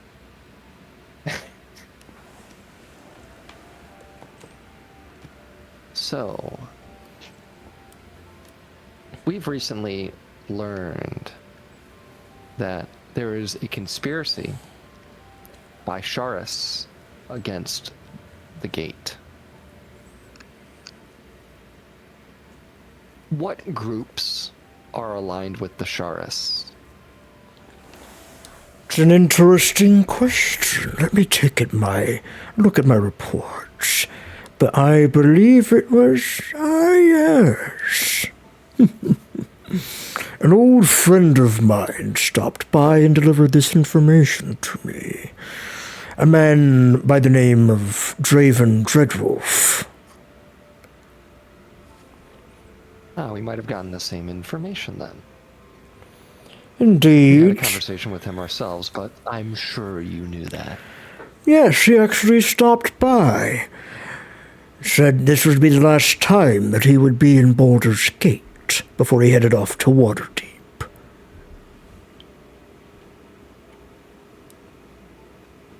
But as for what groups are operating side by side with the Sharans, that is a list, a very vast list at that.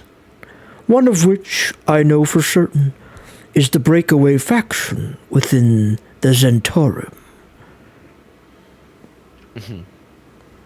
For one, there are some remnants from the cults of Baal that were able to survive the purge that Asterion brought on the city, as well as, well, some forces from the warlords that surround the city. They're all working cohabitively together, with one goal: to burn the city to the ground, and for something else to arise from it.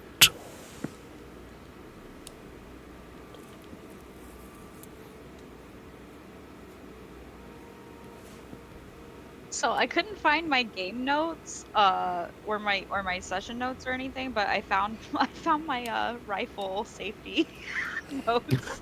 Always good to be safe. Yeah. Well, I mean, if this beholder looks at me funny. So in that offshoot of the Zentarum, there is a man by the name of Oleg. Who does he answer to in the cult of Shar?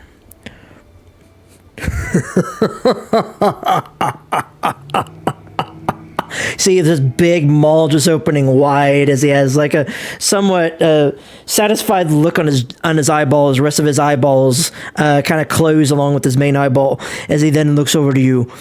Half of that question is correct. Oleg serves the Zentarum, but it does not serve the cult of Shar. The church, nonetheless.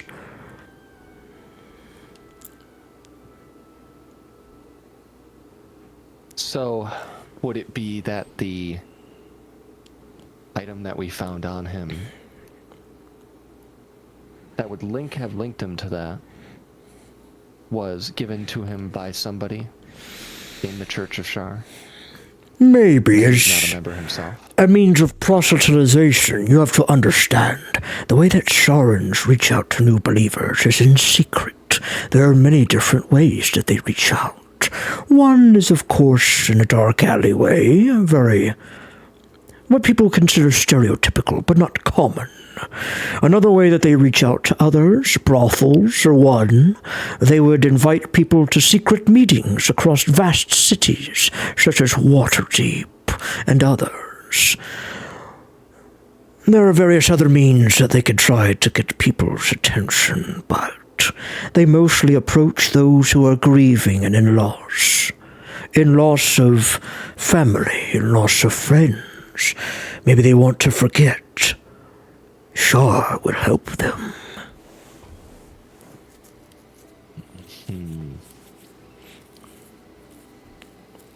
Well then, who's leading this splinter faction within the Zentarum? The Sharan one. First and foremost, the only reason why this splinter faction of the Zentarum is working with them is only for profit and gain. They do not believe in the mission of the Church of Shar. They're only using them in order to try and gain more power and take over the true branch of the Zentarum.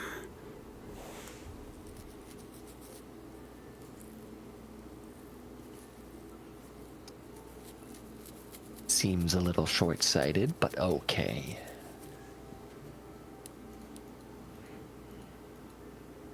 Well then, we discovered that part of the overall plan involved the framing of a hero of Baldur's Gate, Asterion.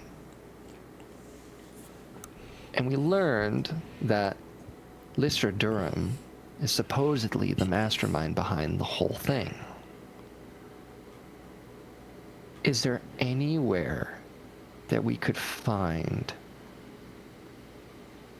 proof, real evidence of this that we could present to defend Asterion?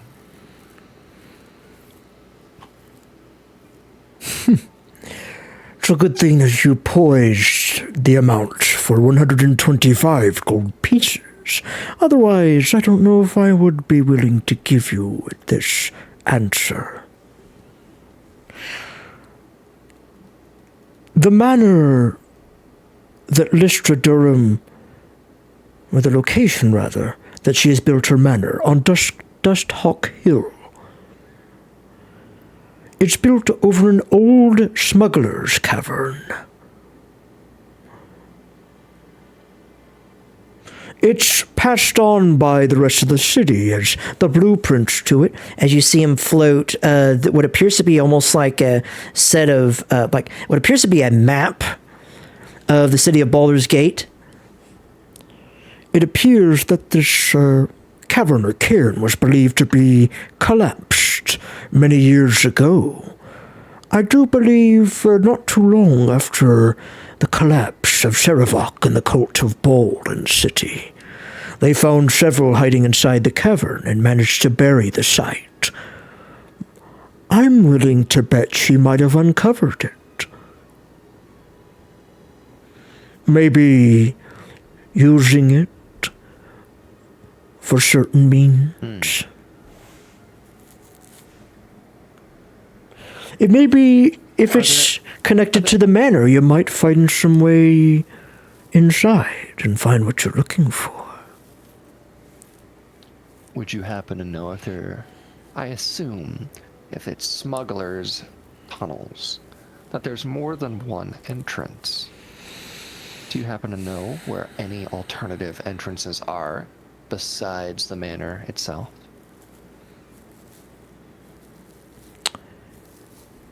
Even with 125 gold pieces, I'll need you to make a persuasion check. DC is going to be pretty high. The one thing I'm good at? 21. 21. 21. With a Stupid! with a 21, Xanathar would then turn to you and say, There used to be an entrance at the base of the hill, but it's mostly collapsed.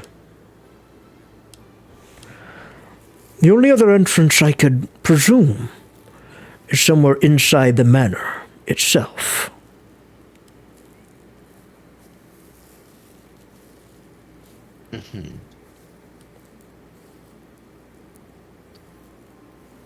And this manor, is it pretty private? Does anything go on there? Let me look at my reports here. As you should know, Lystra and the Durhams have their own private security force. More importantly, she has a specific attaché guarding her manor that is separate from the Flaming Fist. They are the same mercenary company that guarded her on her various visits to Neverwinter, to Waterdeep, Elturel, and even Tethir. She's been to many places with these men. But as for any sort of privacy, I would say that she keeps the place closed and tight. I don't have too many reports from these mercenaries or anyone breaking rank, so they might just be Sharans themselves.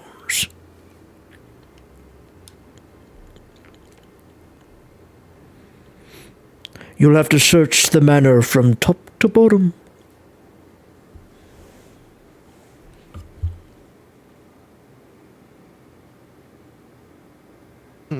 So then...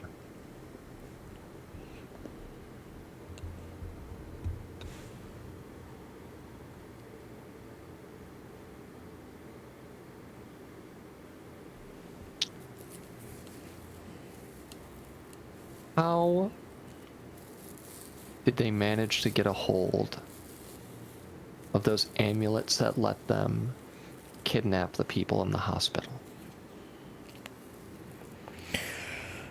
Who organized that aspect? See him think for a moment as he's hovering several materials around him. As he looks around.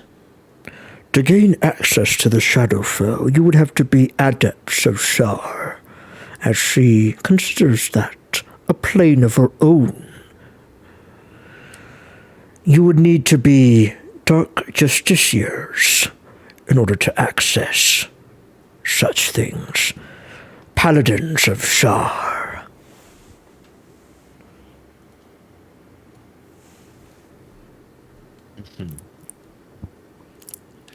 Do you know of any that are operating within this city?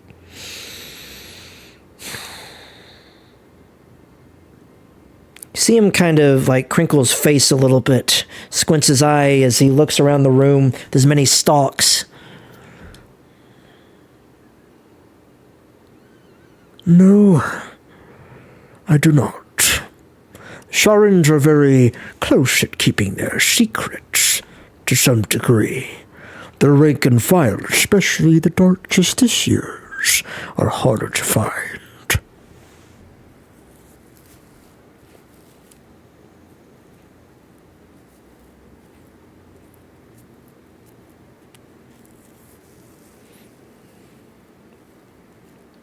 I look over at everyone else in the room and I think for a second and I ask the group, I say, without outright saying the question, is there anything I've missed? Oh man, there appears to be a scroll in your pocket with a question that you should ask about.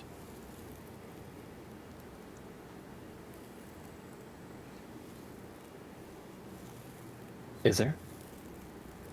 Yeah. It's written upon the Discord scroll. The Discord scroll. You see here. What is it? Oh, it's DMs. Oh, I see. See how it is? I didn't ask him out loud. That was the stipulation. I also don't. You're referring to the poster, right? Yeah. Okay. Got it. Because I was looking, I'm like, what? You didn't say? Oh, the only thing you sent me was the poster. So there are a couple members of my party that are currently wanted by a foreign kingdom for a considerable sum of gold. What are they wanted for? Well, Are you holding the poster in front of you? I have the one, which is the poster. Oh, do I have both of them? Are we saying I have both of them, or just Aldian? I mean, I think you picked up both of them. I just don't have a physical version Yep. of Fates yet. Yeah, I have both of them then. As you show both of the posters, you see Xanathar nod. ah, yes. Aldean and Fate. When I saw this bounty cross my sight, my line of sight, I was asked about your whereabouts elsewhere, where I was summoned. As to who asked me, I cannot disclose that information. But, as they paid a I very... imagine a lot of people are probably asking. There, 125 gold is a pretty short entry fee to gain information on 200,000 pieces of gold. well, that's the interesting question, as to why this bounty wasn't just given to anyone. Draven mentioned that he had received the bounty, but he mentioned other high-profile assassins like himself had also come into possession of this. He had come into possession of it from the current royal of Dawnshire, which I didn't know if you had heard. There had been an uprising within the kingdom. Personally, I'm not very familiar with Dawnshire, so I wouldn't know. Yes, it's an interesting situation, as they consider their capital city to be the holy city of their religion. It seems Which that religion do they practice? one of the branch families has taken over, but as for the religion, seems to differ from the other faiths of Toril. Lays claimant to a far ancient being.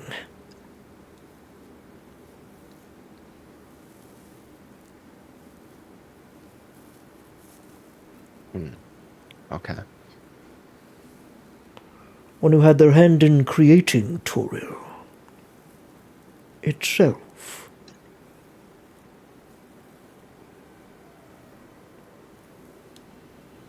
Like the land? As he then leans down to you, his visage leans down to you. Everything.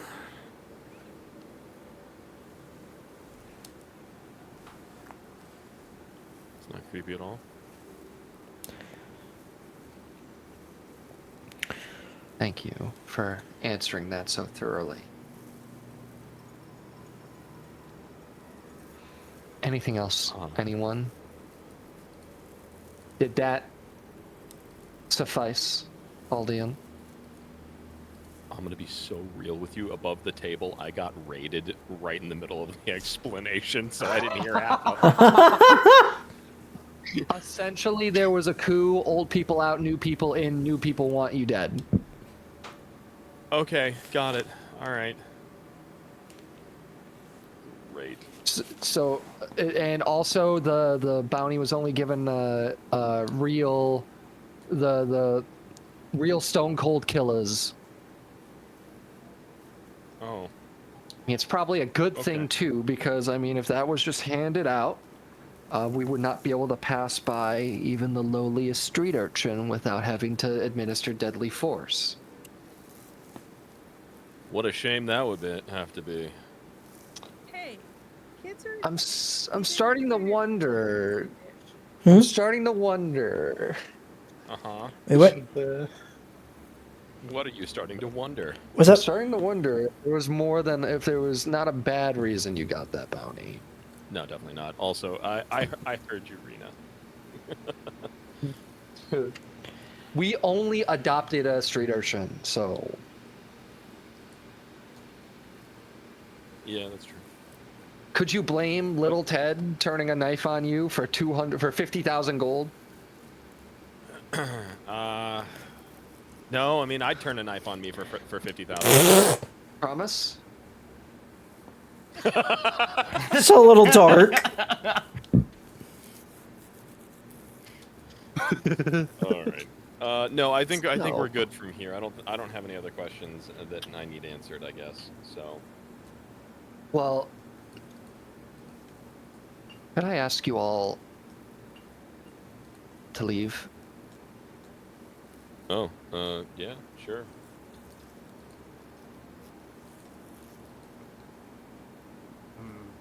Why? Kitty's gonna go talk to her new friend, and I'm going to get a glass of water, my favorite drink. Oh, that does remind me, Xanathar. The tabaxi that has been sitting over in the corner. What's his profession? As door closes behind you, Xanathar would say, Rising. He's an interesting friend of mine. He helps people disappear. He has a tendency to create and fabricate arcane objects. Helps disguise people, and even himself. Is he really a tabaxi? He is. Quite literally. Because that'd be really awkward if he wasn't. All truth be told, he is a tabaxi. He's just had a very troubled past, and is helping me out and other troubled individuals. I think I might know a couple troubled individuals. So, I have a question. Do you know... the Muffin Man? Yes, the Muffin Man. The Muffin Man! I'm sorry, I had to do. You do know the Muffin Man. Okay, It's on Drury Lane. I'm gonna stop. I'm gonna stop.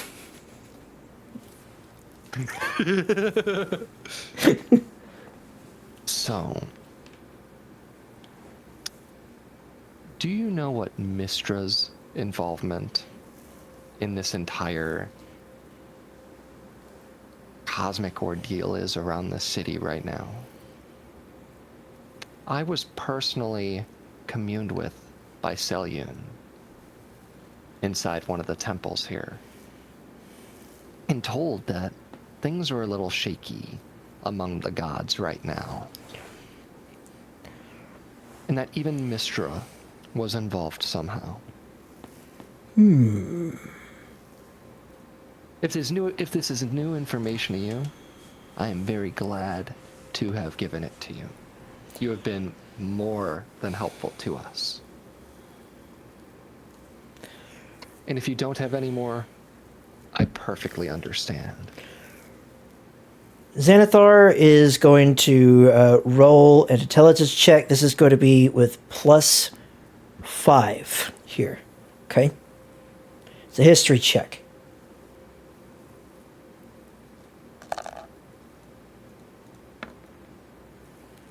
So with the 19,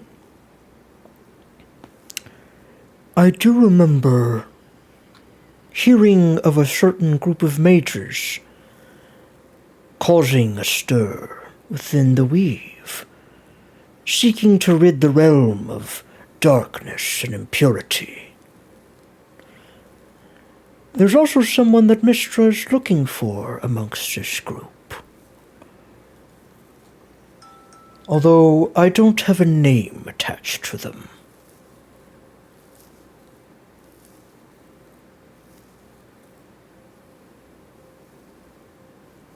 That's all I could give you. Even with that little amount, I am highly thankful. Have a great day or night, whatever time it is where you are. Good. Thank you again. I must appear in my tavern elsewhere in Neverwinter. as he poofs out of sight. Gavitas stands up and he pushes the chair back in place. And he makes his way out of the room.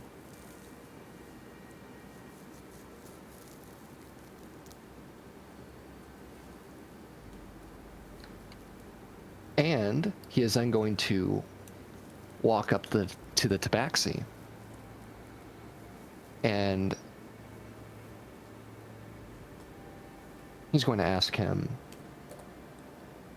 so I've heard that you can make people appear different.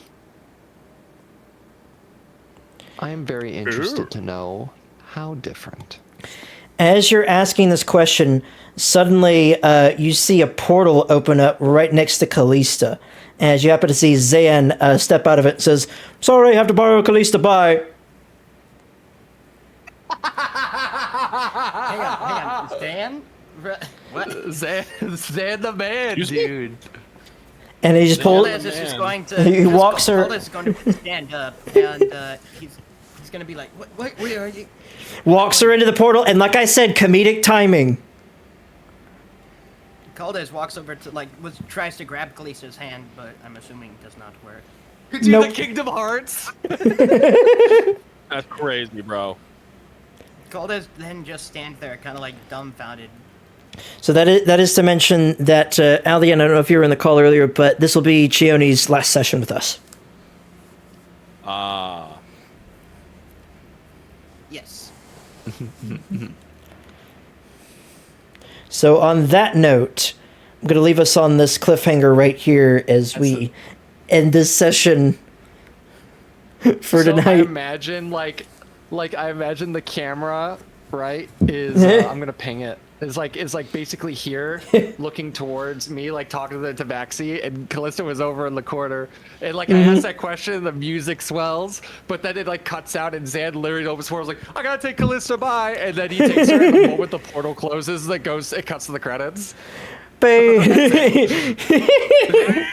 Bum bum bum ba-da-dum, ba-da-dum, ba-da-ba-dum, ba-da-ba-da-da-da-da-da-da-da-da-da-da. Boom.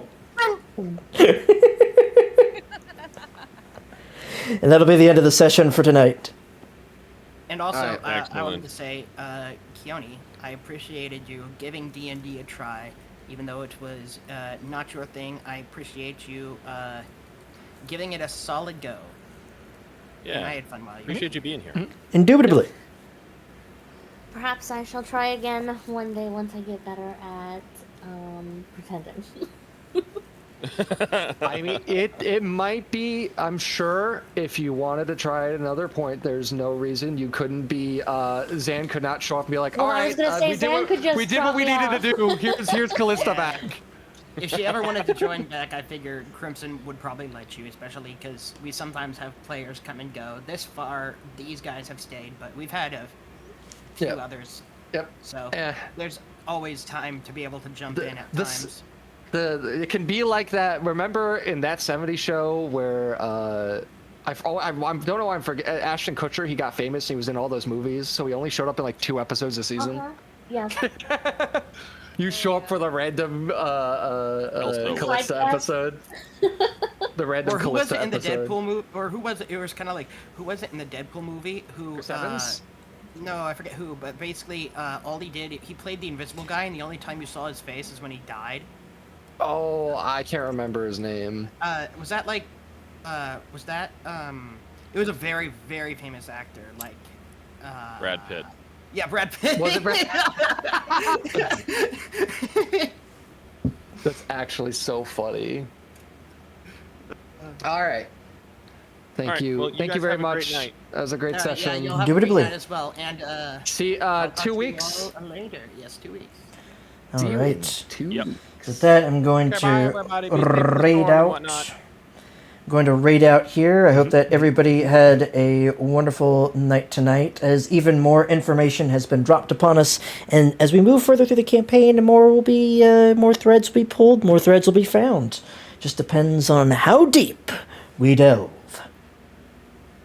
So with that, I'm going to put a raid message here in the chat. We're going to raid somebody. We are going to raid out to Let's see. I've got a lot of people streaming right now. Oh man. You know what? Let's raid. You know what? We're gonna raid Cat. We're gonna raid Cat. We're gonna do it. We're gonna raid Catherine Naomi. She is a Christian VTuber streamer, and by all lore definition, the lore. She is a tavern / guild owner, and she's currently playing Moncrief from the looks of it, the classic Moncrief. And yeah, I hope you guys had a great time tonight, and enjoy the stream. As next time, the Shadows of Shar, or the Shadow of Shar Part 2, as we're reaching the end of the Baldur's Gate arc. I don't know if it's going to be equivalent to the Cell arc in Dragon Ball, but I'll try. Peace!